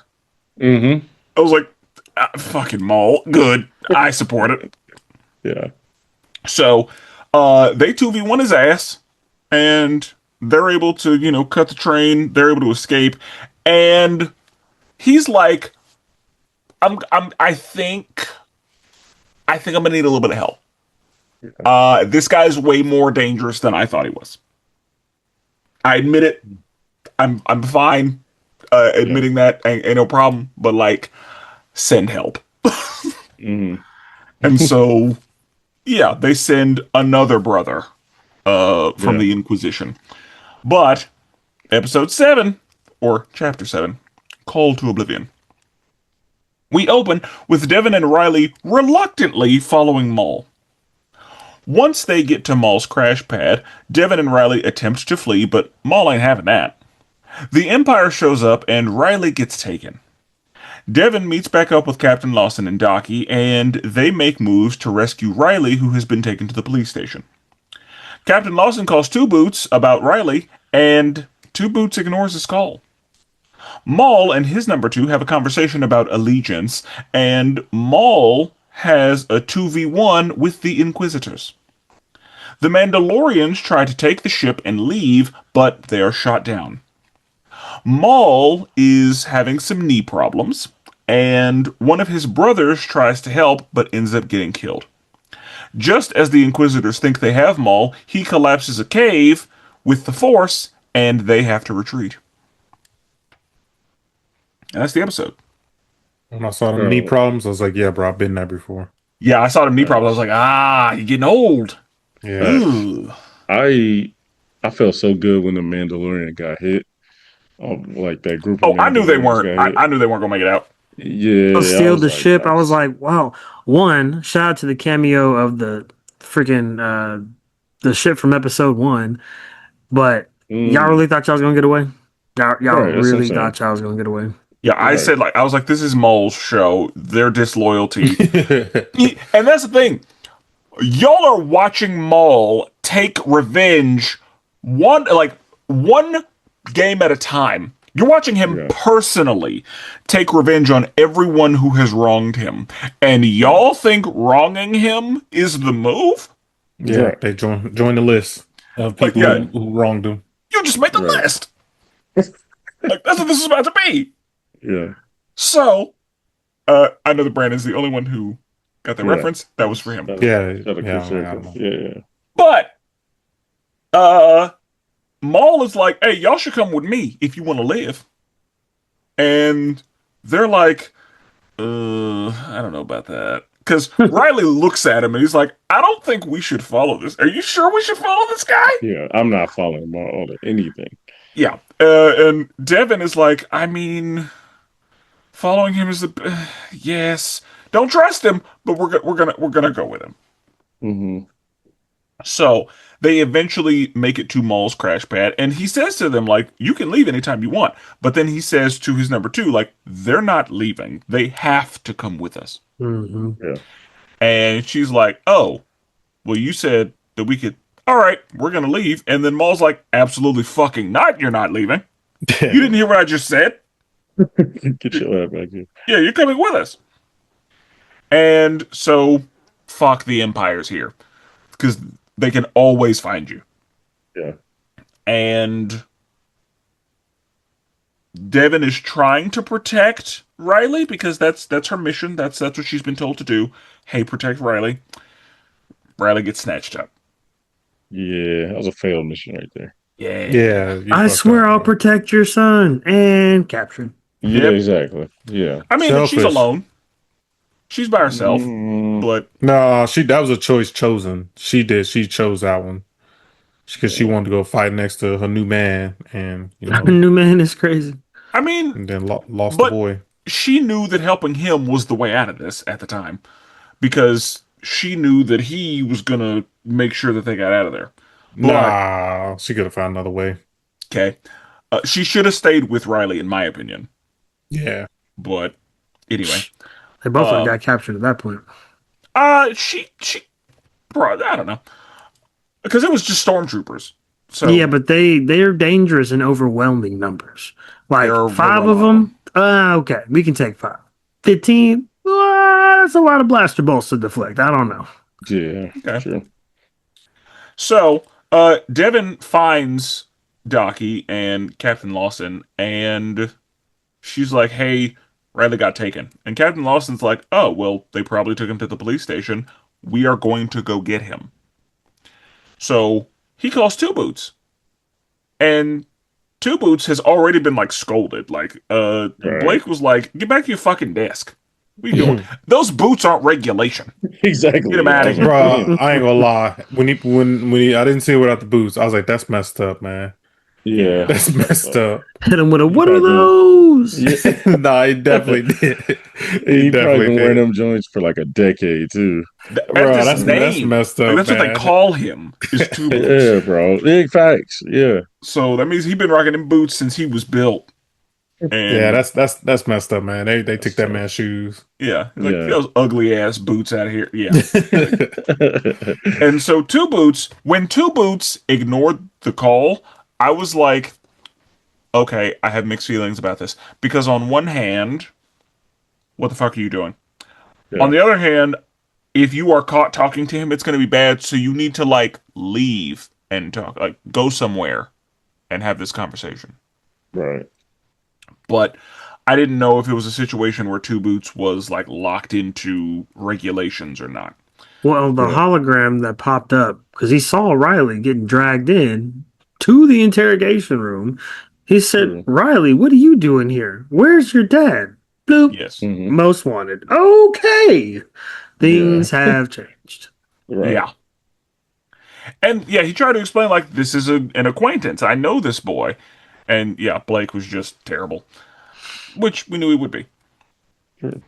And so I don't know if this might be when Maul's number 2 says, like, I think that your judgment is clouded by this girl that you want to be your apprentice. She is clearly loyal to her master, and he says, loyalty can be severed under the right circumstances. That's tough. And she mentions, like, well, since you brought that up, these Mandalorians, they require money to be loyal, and their loyalty is also able to be severed. Yeah. So I want you to keep that in mind as far as allegiances go, because we kind of need them to do what we need them to do, and if your priorities aren't in the right place, they won't. Yeah. I'm just saying.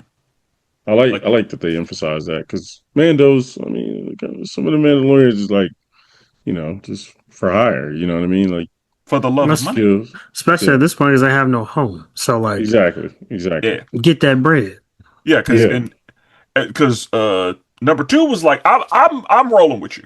I am Yeah. ride or die. I can't speak for them. Yeah. And Yeah. They're counting credits. yeah, we just told them to leave their credits here, and those credits are why they're here. Yeah. I mean, that was a So, banger. That was a banger credits too that they was messing with. Like it took two Bro. people to Yeah. carry that one. Yep. So I'm just saying, keep that in mind. Since we're talking about allegiance, let's just keep that third eye open, if you will. And so then Maul has to have a fight with the Inquisitor and the second Inquisitor, the help that showed up. Yeah. And the second Inquisitor, I liked him. The first one, I don't really fuck with. That second one with the mask, I was like, he might be a problem. The 11th That's brother. dope. Yeah. See, an 11 feels low in the ranking for a guy who looks like that. It's low, but he like I mean, he's still a bad man. this was an aura farming show. If he's in the dark, I'm not going down that alleyway. Again, he's a bad man. Facts. So yeah, he called the right help. Mhm. Bunch of fighting is happening.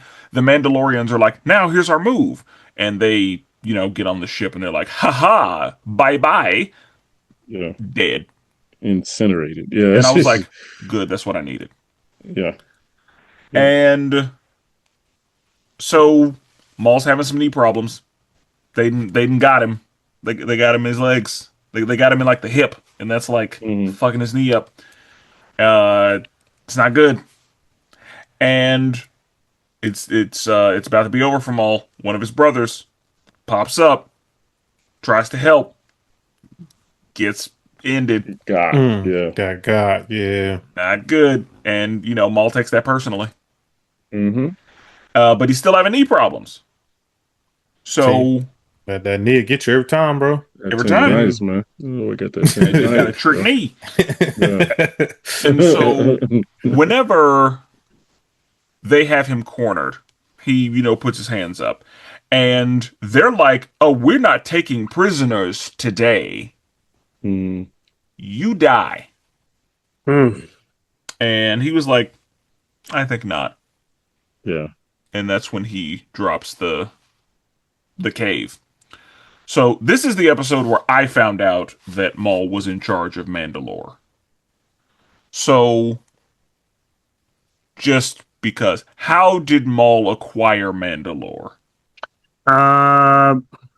Damn it, Jordan. I want to give you like a Spark Notes color book reference guide so you can just know what I'm saying when I say it. Just go ahead and say it, bro. Somebody understand it.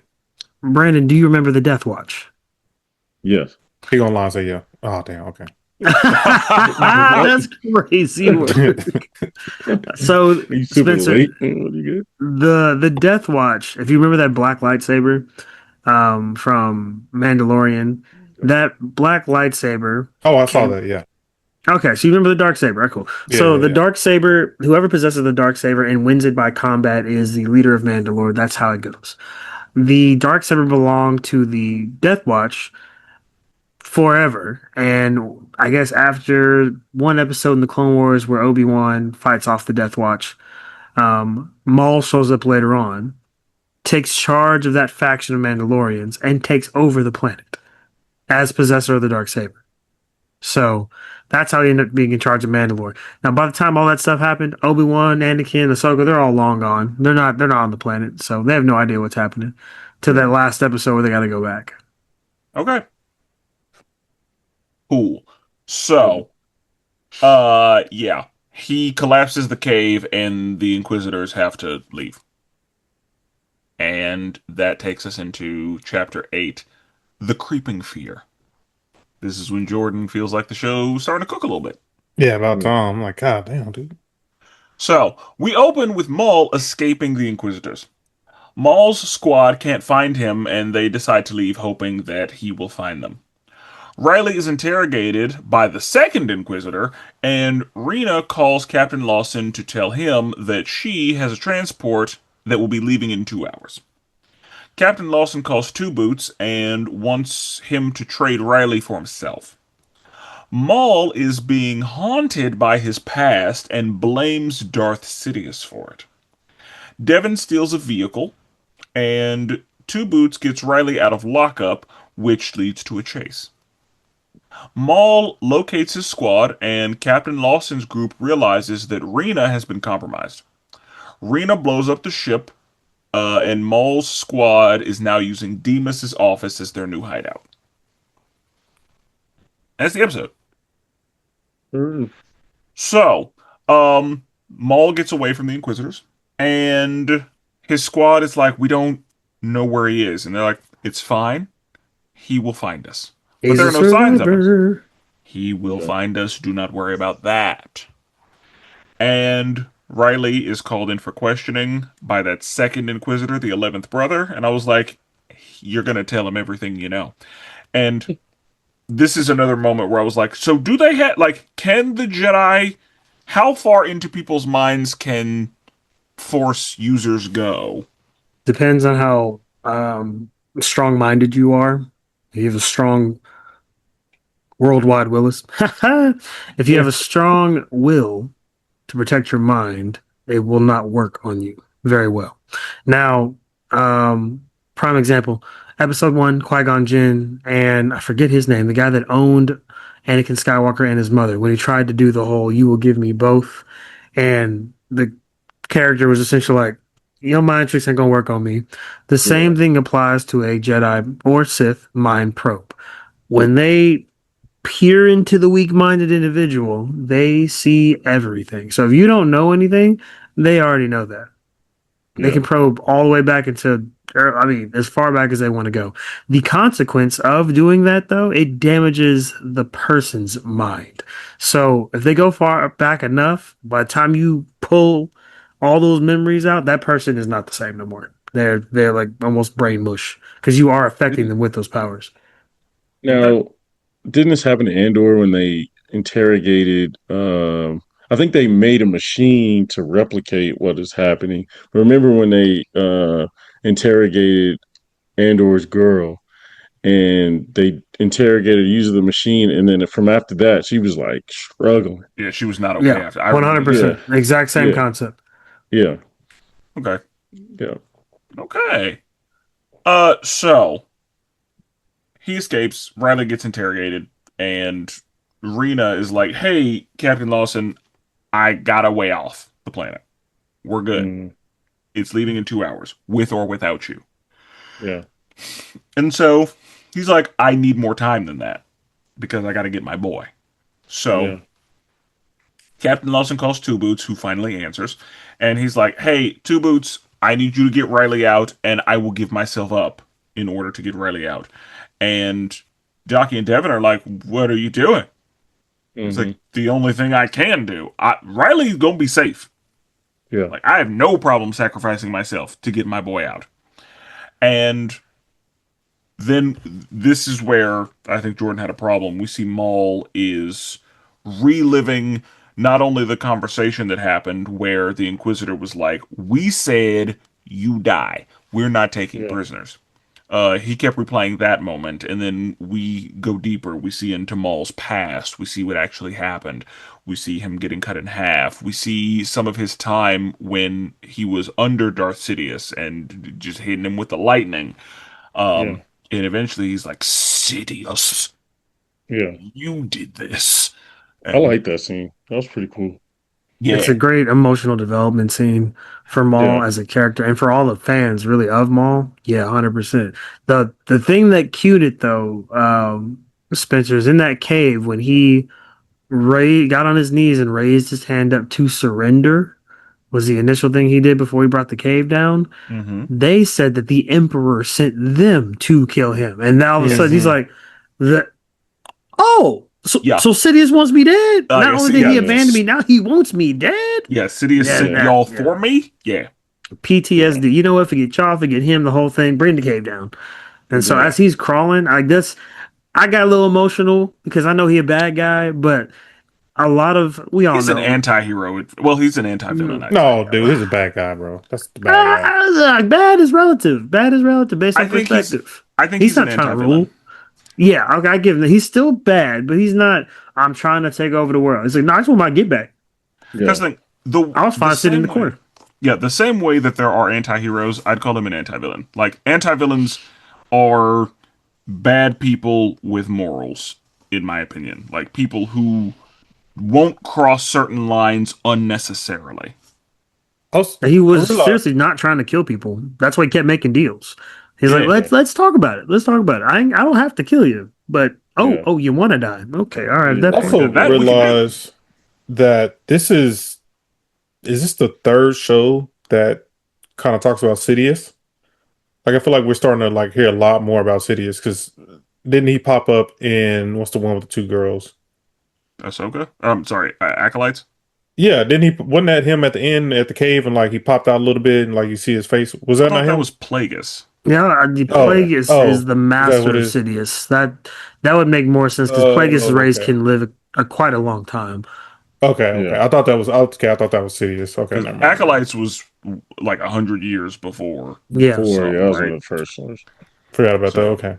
Okay. But there are a lot of races, and people don't get that. Like, not all these races are based on human years. These aliens live a long freaking time. So 200 years ago is not that long for a lot of people. Yoda was around back during the Acolyte. Because I heard that, like, isn't Grogu really old, but still a baby? Yes. So that means Yoda's old as fuck. 900, I think, before he dies or something like that. Yeah, that's biblical. I feel like that's how anime be working. It'd be like this super young girl. She'll go, "Oh no, I'm really 900 years old." It'd be like, I don't know. It seems a little situational. It's kind of messed up, but okay. But with aliens, you can do whatever you want. So, Maul is dealing with all of that, and eventually he decides, like, all right, fuck Sidious. Yeah. He's at the top of the nigga go die list, really. Yep. But, so Devin is able to steal a car, and Two Boots breaks protocol and goes and gets Riley. Yeah. And then whenever they get outside, he's like, oh, I thought I was gonna, like, we made a deal. I was gonna, fuck the deal, we're leaving. I was like, okay, Two Boots, you're not a total piece of shit, because I didn't like you for a while. I still don't like him. He's so naive. Like, god damn. Well, protocol says that the chief should be fine. The chief is dead. Right. And that's like, somebody had to say to him, like, the chief is dead. They disappeared her. Mm-hmm. Well, that's not according to protocol. They're like, that's not what the Empire does. But that's the thing. They're like, brainwashing is a part of the system, and the fact that he's a robot, only makes him more susceptible to it. But I think that was kind of the message they were trying to get across. So eventually, the squad, like, because they were like, we should leave, and Rook was like, we're not leaving without Maul. He will find us. Yeah. And he does. I was like, good. We knew he would. Yeah. And whenever they're going to Rena to escape, Devin is like, this feels like a trap. Yeah. And Lawson is like, she would never. But what if she didn't have a choice? So he calls her, and she gives the code word. Yeah. To say, yep, she's compromised. Let's go. We're leaving. And elevator doesn't work, so they got to find another way out. They go through the top, and Rena's like, oh, y'all got me fucked up. So she blows up the vehicle and takes Blake with her. Yeah, that was a big explosion. Get him Yeah. out of here. I'm glad we will never see him again. Yeah. But, he'll just be replaced with another suit. And, we see that happen. But, um, yeah. And Vario's like, I know where we can go since our HQ is compromised. And Yeah. so they go to Demas's office and they're like, wouldn't they look here? And Vario's like, no, they're going to be looking for me in my office. Demas is dead. So nobody should be coming here. Yeah. Okay, Vario. I'm not mad about it. And now we're in chapter 9, Strange Allies. We open with Maul having a FaceTime meeting with Dryden Voss. A deal is proposed. Dryden gets Maul off planet, and Maul kills the boss, so now he's in charge. Maul sends a Force Dream to Devon, and they all meet up with Maul to plan their escape. Their route is blocked by the Empire, so they attack their way through it and continue. The Inquisitors show up, and a fight ensues in the sewers. Everyone who lives makes it across the ooze, and they are attacked in the jungle by Darth Vader. So, That was good. I can't even say nothing bad about it. That was good. before we get to it, David, I have a question. Go ahead. This is the thing I was confused about. You said that Darth Maul is the leader of the Crimson Tide. Crimson Dawn and was. Okay. So that's, I guess, where my question was, because I was like, what happened? Why isn't he the leader of the Crimson Tide? And the dude who's the leader now, Maul's going to handle him, but wouldn't that make so? Yeah, I just had some questions about Maul's history with that. So if we look back at the Shadow Collective when Darth Maul took over the Death Watch, took over Mandalore, and was the leader of the Shadow Collective, which included the Pikes, Crimson Dawn, Demas, all of them were under Maul Mm-hmm. before the Empire showed up and glassed Mandalore. As soon as he did that, they splintered. Shadow Collective was over. Now they just all four groups had mutual respect with no leader. The Pikes had their own leader. Crimson Dawn had their own leader. And so did those other two before, one killed the other. So that's how that worked. Okay, so Maul was the grand boss of all of it. Correct. He is the one that united all of them together because they were all afraid of him. Okay, and then they each had their... Okay. Yeah. That's why you see the Pikes. The Pikes have existed doing spice trade way before Maul was ever in charge of them. Maul just bought all these gangs together, made them the Shadow Collective, and ran them through the Shadow leadership of being the guy in charge of Crimson Dawn. Okay. That is the information I needed. So, he gets a call, and it's from Dryden Voss, and he's like, I can get you off world, but you need to make me the head honcho. Maul's like, light work. Let's go. Yeah, let's do that. So, then we see that Devon is asleep, and Maul locks in with her, sends her a Force Dream. And yeah, I was like, okay, more Force shit. Can everybody do that? Right. But then they mentioned that you have to have a, like, Docky says, like, y'all gotta know each other. You can't just be, he can't just have access to your mind like that. You gotta let him in. Something you're not telling me? What are you talking about? That was a team meeting, that philosophical conversation of, we're more alike than you think. There's no reason you should have all this power and just not do anything. You want to bring justice? Let me help you bring all the little things he was saying to her in that one-on-one when she took the lightsaber and tried. That was the entry point. At that point, he started making sense to where she was like, that one is all it took. Yep. Yeah. Sure. So, yeah. And he knew that, of course. But, they were like, okay, so that was a message for us to meet up with Maul. So they all meet up, and he's like, we need Captain Lawson because he knows the city, and he's going to know the best escape route. So we need all of them. And the way that he was like, he said, "Oh, this is what we're going to do," and they were like, "No, that's not going to work." He was like, "Oh, well, Captain Lawson, do you perhaps have, a better idea that Right. we might?" Yeah. I was like, Yeah. "Oh, okay, Yeah. all right." Um, so yeah, he basically is like, "We'll just go through the sewers." Oh, cool.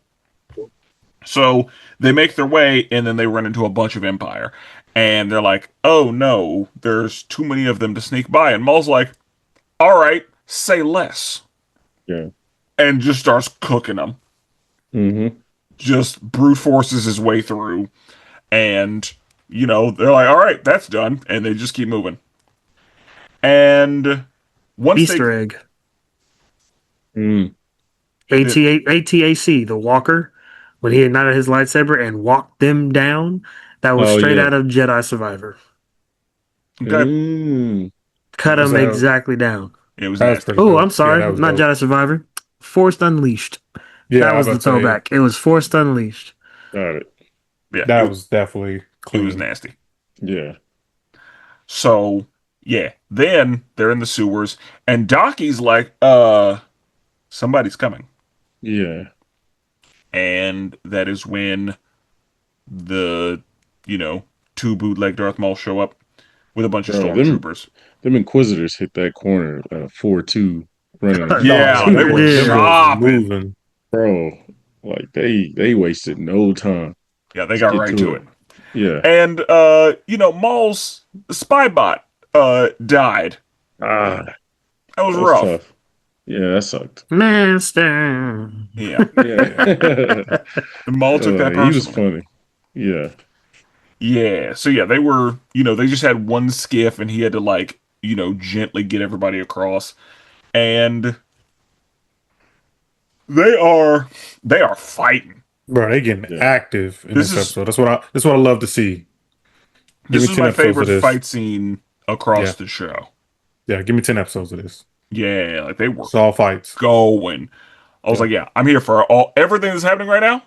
Like I stopped taking notes and I just watched all of it because I was like, this is good. This is what I like. That what four I want. lightsaber tangle up scene, I was like, that oh was my tough. gosh. That's somebody's screen shaver right now. Yeah. Yeah. Oh, it was so good. So yeah, they were going, and a lot of people died. We lost some people. Man, Yes, we you lost a did. lot. That was the cool thing is like the stakes were always there. Like people was getting hit. Like I'll shout out to those, like the brothers who freaking got murdered, but like took a couple of them out. Oh, yeah. Oh yeah. That The was one boy dope. got lit up. Yeah. Bro, he's he's still getting going. popped, bro. Yeah, they let him up. Straight into the acid.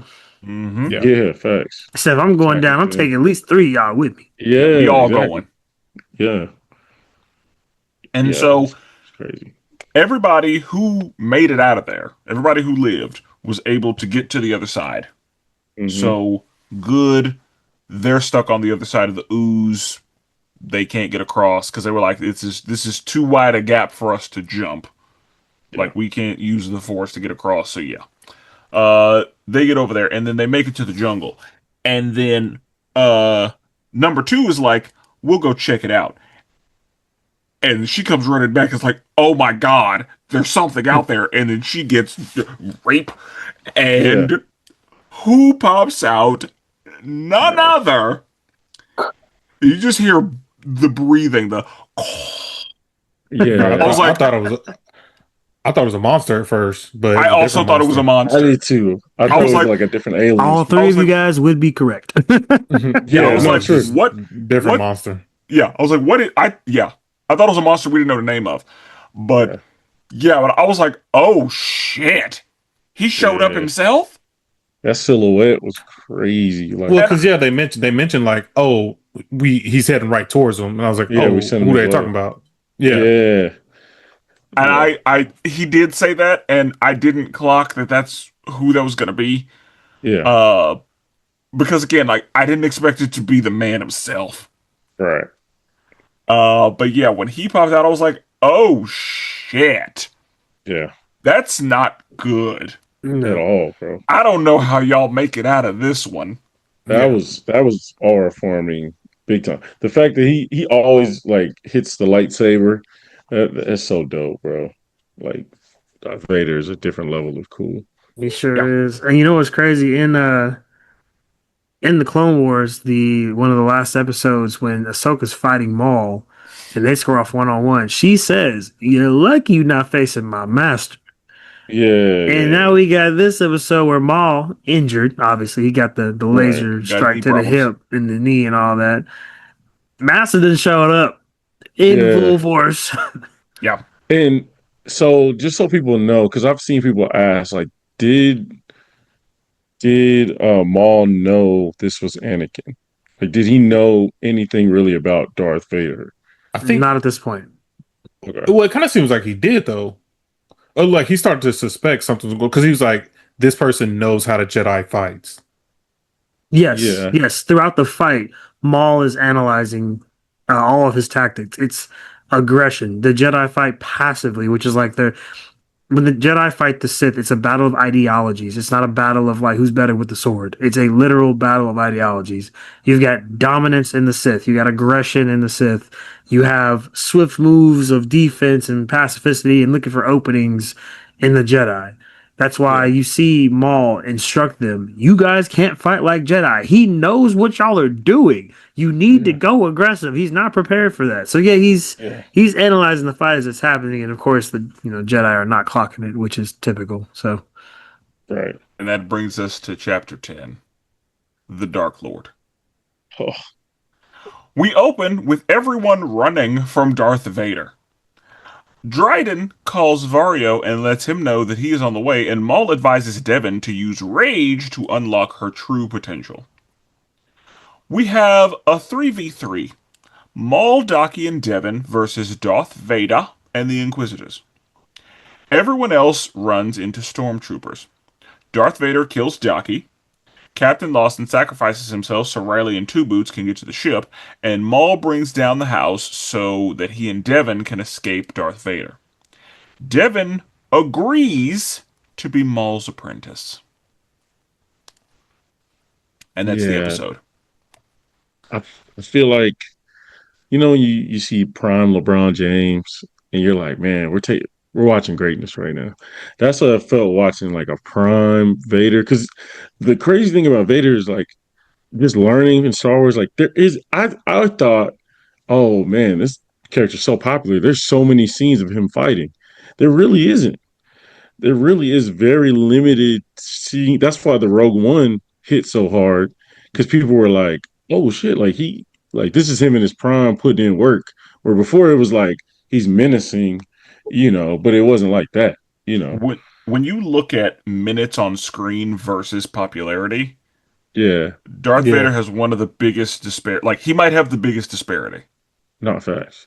Very fast. So yeah, like we don't get to see him cook often. And one of the things, David, I was going to mention, like he has zero agility. He is straight. He is a brute.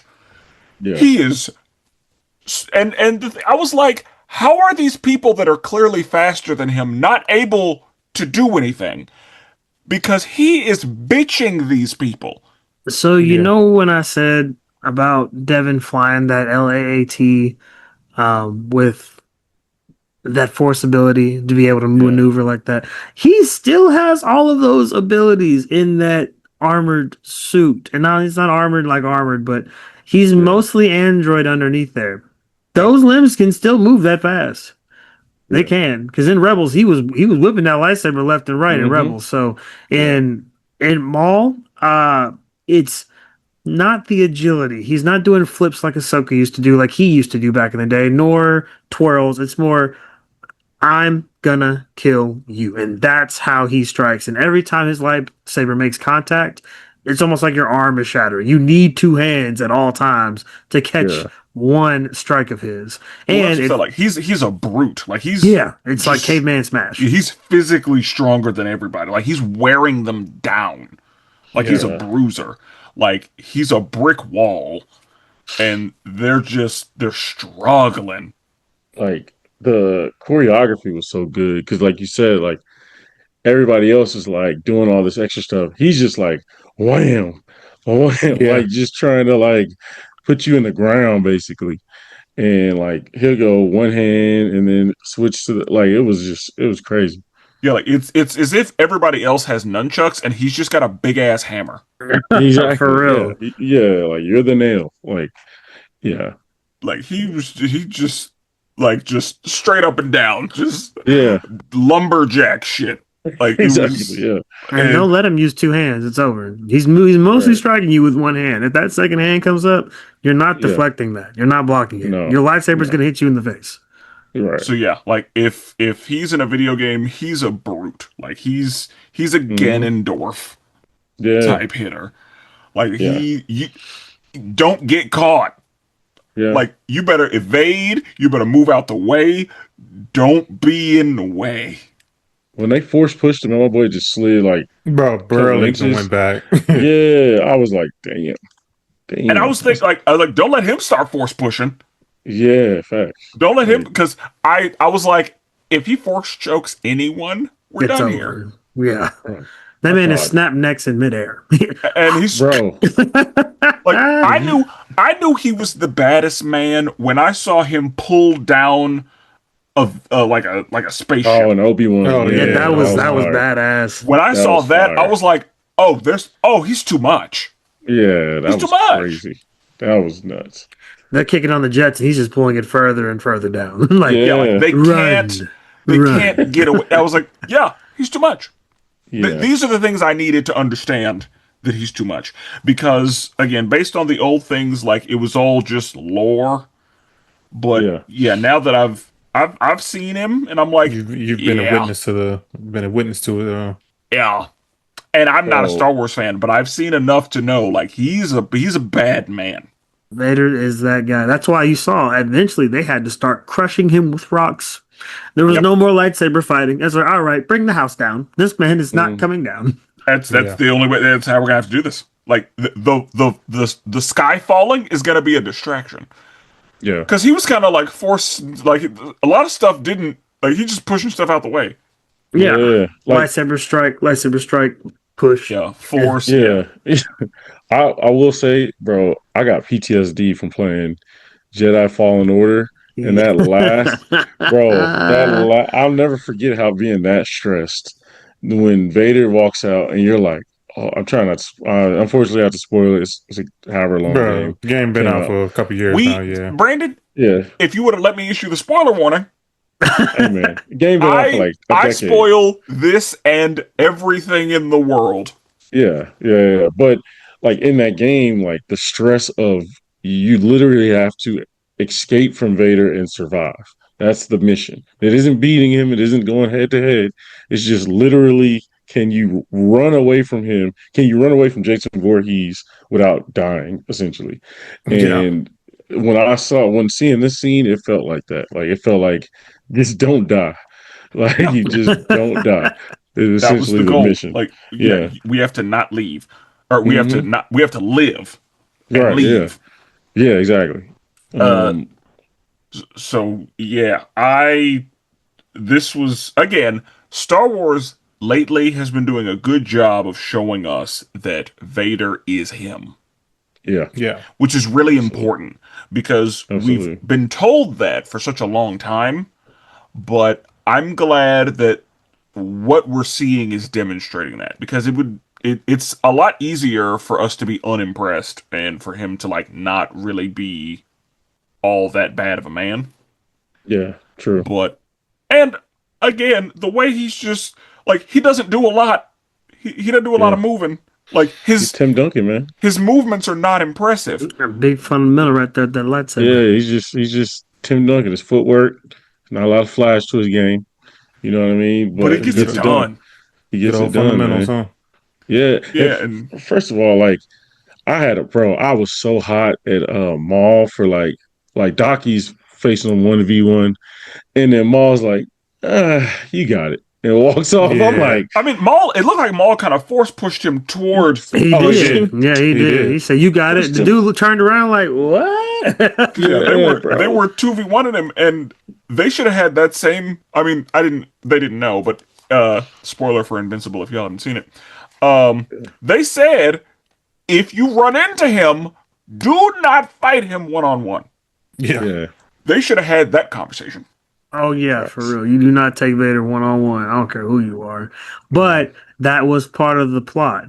The Yes. Force revealed It was. itself It to was a Maul. reason. This Yeah. was the shatter point. Yep, Yeah. This is the is what we breaking needed. point for Devin. And that's what it had to be.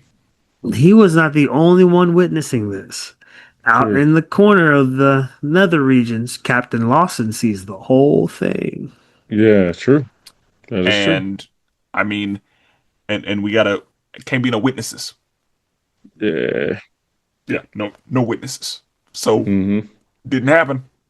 Yeah. But yeah, I felt that same way. I was like, Maul made an executive decision that this is the thing that is going to get Devin where she needed to Over be, the edge. Yeah. and it absolutely did. Because this episode ends with her being like, "All right, I'm ready," Yeah. and Maul just smirks. Yeah. Shout out to Captain Lawson. Went out like a G. Oh yeah, Shout out to I him. don't know if he's dead. No, he did. I don't think he's dead. He ain't gonna be on I Shadow mean, 3. You I walked mean, in, he walked into smoke. We didn't see a body fall. yeah. We never. No. Shit. We didn't. I don't know. was a My lot of thought lasers. is the yeah, it was a lot of laser. well, but now that I think about it, he might not be because the Empire obviously has him, and they're gonna use him to find since Maul is still around, Lawson is still relevant, And his wife works for the Empire. his wife works for the Empire, and his son is still out there, so they could easily leverage that. I will say, him seeing Maul do that, I thought for sure he was good because I thought you have to have that tension after of Mhm. him knowing, hey, you basically killed her master. You're the reason it happened. So when him dying, I was like, dang, they ain't really gonna be addressed. So now that you say that, it kind of lends to That's maybe why I it is said alive. that's smoke. Walk off into smoke don't mean death in Star Wars. Yeah, that's true. So if they wouldn't have shown him watching that scene, Yeah. and If he wasn't gonna come back around town, spoiler alert for Rebels, we know how Maul dies. Exactly. Yeah. So and when he dies, Devin ain't with him. So this Nope. is in between lore. So something true. happens to make her go away, and Lost might be part of that. He might be a big part of that. Might be another Fives situation. I saw it. I know. Yeah. You're right. so when all that's happening, Dryden calls and he's like, "Hey, I'm on the way," and he shows up, and bunch of shit happens. He gets him out of there, Mm-hmm. and he's like, "I held up my end of the bargain," Your turn. and Maul's like, "And I will hold up mine." Yeah. Yeah, I'm not confused. I understand. Because Dryden was like, "No, I have to have Maul. I don't give a fuck about anybody else, really. I have to have Maul. Because Yeah. Maul is the only one who can get this done. Yeah. Maul will install me as the leader, and we will all come up," is what he told his people. Yeah. So, Does anybody remember the Han Solo movie? Yes. I didn't watch it. Okay. You haven't watched it, Jordan? I wouldn't recommend it. You're gonna be Yeah, bored, but that's the only one I hadn't seen. yeah, say and there can't be lightsabers in that. there are no lightsabers in that. Yeah. It's a fun bounty hunting style movie with a whole bunch of Ocean's 11 type things. That's pretty much Is that a what heist is. movie? There are some heist moments for sure. Yeah, there's some heist Yeah. moments for sure. I would Because say That's that. what I've seen Donald Glover's in there. parts of Charles Gambino's playing a young Lando Calrissian. So Yeah. it's got some heist aspects to it. But the reason I reference that for all Star Wars noobs and super fans, if you remember at the end of Solo, Mm-hmm. when they are talking to Dryden Voss, and Emilia Clarke's character is right next to Dryden Voss. In the background is Darth Maul as the leader of the Shadow Collective. So if the timeline is correct, that Solo movie takes place after this, Yeah. not before, Hmm. after. So there's gonna be there's a cliffhanger, but we pretty much know how this gonna go. Yeah. Yeah. Good Okay. point. Okay. So, with this show ending, and it seeming like they could easily have a season two, um, David, do you predict they season two this show? Oh, easily. Easily. The Rotten Tomato score, the overall fan appreciation, they killed it on the lightsaber dueling and the art Yeah. style. They don't have to change a thing about this show for an easy 2 and 3. Like it can definitely do 2 more seasons. Yeah. Okay. And where would where would it end? Like, would it end at where Solo starts, or like what would this show go up to? If it did 3 seasons, it would have to end in um Or something. it would have to end with Devin leaving. Like if it did at the final season or season finale, it'd have to end with Devin leaving and Maul being left alone.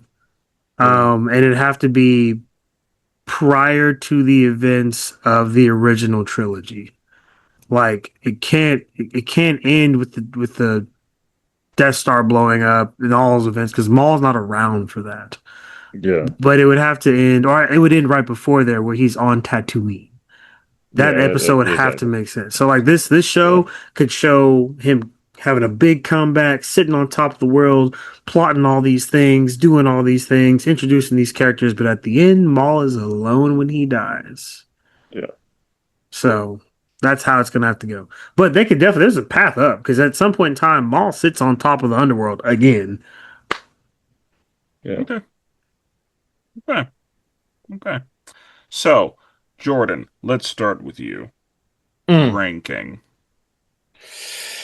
Yeah, I'm gonna go ahead and give it a solid 7. Ooh, Oh, we that top. improved. The last 3.5 episodes brought it up a lot. I'll give it Mm. that. Yeah, 7. I feel like it's fair. Brandon, what are your thoughts? Man, it kind of did everything I was wanting it to do. I'm not the biggest Maul fan, but I get why people like him. Like he's a standout in Phantom Menace. Like I get it.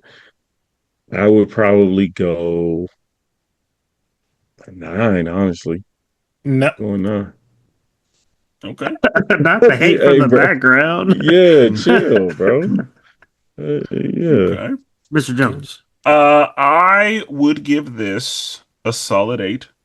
I mean, I think a lot of that has to do with not being a Star Wars fan, Yeah. even though there are other things I'm not necessarily a fan of, and like, yeah. Anyway, um, I enjoyed it.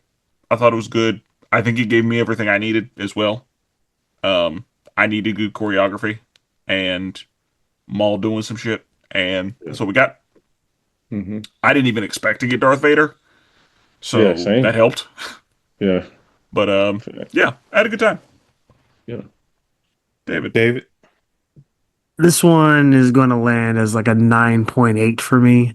It's Bruh, only point 0.2 off from a 10 you either and got a 9.5 or you got a 10. 9.5 then. I can do 9.5. I can do nine and a Yeah. half. That'll work. Because the only Yeah. 0.5 it's missing is the potential for season 2 and 3. That's the only way this thing goes to a 10. Because right now, it's sitting at the top. As far as all my animated watches go, it's top two. It's top two. I see what you're saying. Okay, I'm thinking for me it's Bad Batch. It's probably Rebels is still a little bit, and then I got probably this and Clone Wars right around the same. But Clone Wars always kind of goes in and out for me. But yeah, yeah, Okay. Okay. So I guess that if there is a season two, Darth David will have to have you back. I yeah, shall return. sir. So thank you for being here today. Thank you for making the time. Definitely appreciate it, as always. I do have one question before we go, and I'm sure you've thought about it already. If you were force sensitive and you could have any master be your master, who would you select and why? Don't do that, black man. Black man, don't do that. We don't have no masters. See, that's the problem. The man got you thinking you need a master. No, I was playing. Go ahead. They're about to pick a master from like the fourth non-canon book or some stuff. Cool. Good. Yeah. Talk about it. Go niche if you want to, or not. Yeah. Yeah. Who you got, Dave? Who's your master? My personal choice, based on his entire journey, would probably be Quinlan Voss, because he is the only one of the only ones to survive Order 66 that has a realistic outlook on the Empire, the Jedi, and the Sith. He's one of the rare few that's been able to fall into darkness and bring himself back and come back to center. Those people that can venture into the dark and come back up are the ones to learn from. Are Quinlan Voss and Dryden Voss related? Absolutely not. Quinlan Voss is a black dude with dreads. Yeah. Okay. Yes. I mean, both Voss. I didn't know if that's just a popular last name. It might be because of where they're from. It could be because of that, because there's definitely some like regional things that happen in Star Wars. But no, Quinlan Voss was trained under Mace Windu and some other Quinlan masters as well. sounds black. Yeah. Yeah, he kind of do. If you look up his character, he's and if you look up his stories too, because obviously y'all joke, but yes, I did read a lot of his comics. Oh, I know. His story is pretty badass. Not gonna lie, he is both a victim and a perpetrator of his own downfall and his own comeback. So there's something symbolic in that. Okay. Okay. And was he anybody's master? Like, was he a master to anyone? I want to say yes in like the post Empire era for a little bit, because he was also the guy that developed the what do you call it? The network for lost Jedi to find each other, the pathway. He's one of the founders of that. And I think Ahsoka Tano in Rebels mentions it at one point in time, and in the sequel trilogy they mentioned it, but he's one of the OG founders of Pathway for Jedi to find each other. So I do not know if he, like, to the best of my knowledge, I don't think he took a Padawan in the post Academy in the New Republic era, but sign me up. Okay. Okay. Brandon, do you have an answer? Probably would go. Wait, is Obi-Wan? Does he count? Yes. Okay, because he wasn't. Okay, yeah, I guess he was. It would probably be Obi-Wan or Qui-Gon. I'd probably go Obi-Wan because Obi-Wan he'd been through some things. He one of the goats. Um, I won't spoil anything, but you know what I mean. He handles whatever comes his way. And yeah. Okay. Okay. And then also, does Maul go on a revenge tour for Obi-Wan since he's the reason he has knee problems? That must be in Clone Wars, the way they both reacted. This must be in one of the Rebels or Clone It Wars. is in an animated show. They 1v1. They get some smoke together, and it is in an animated show. That's all I'll say, anyways. That's fine. I'm good with that answer. I'm good with that answer. Okay. I am also good with that answer. I don't need any more than that. But I think the people have heard us talk about Star Wars enough for the day. Yeah. Have they? No, it's fine. Some people, absolutely not. Like, there are some people that want more Star Wars from us, and like, sorry. Yeah. Sorry, guys. And with that being said, we're never duplicated. Always appreciate it. And forever melanated.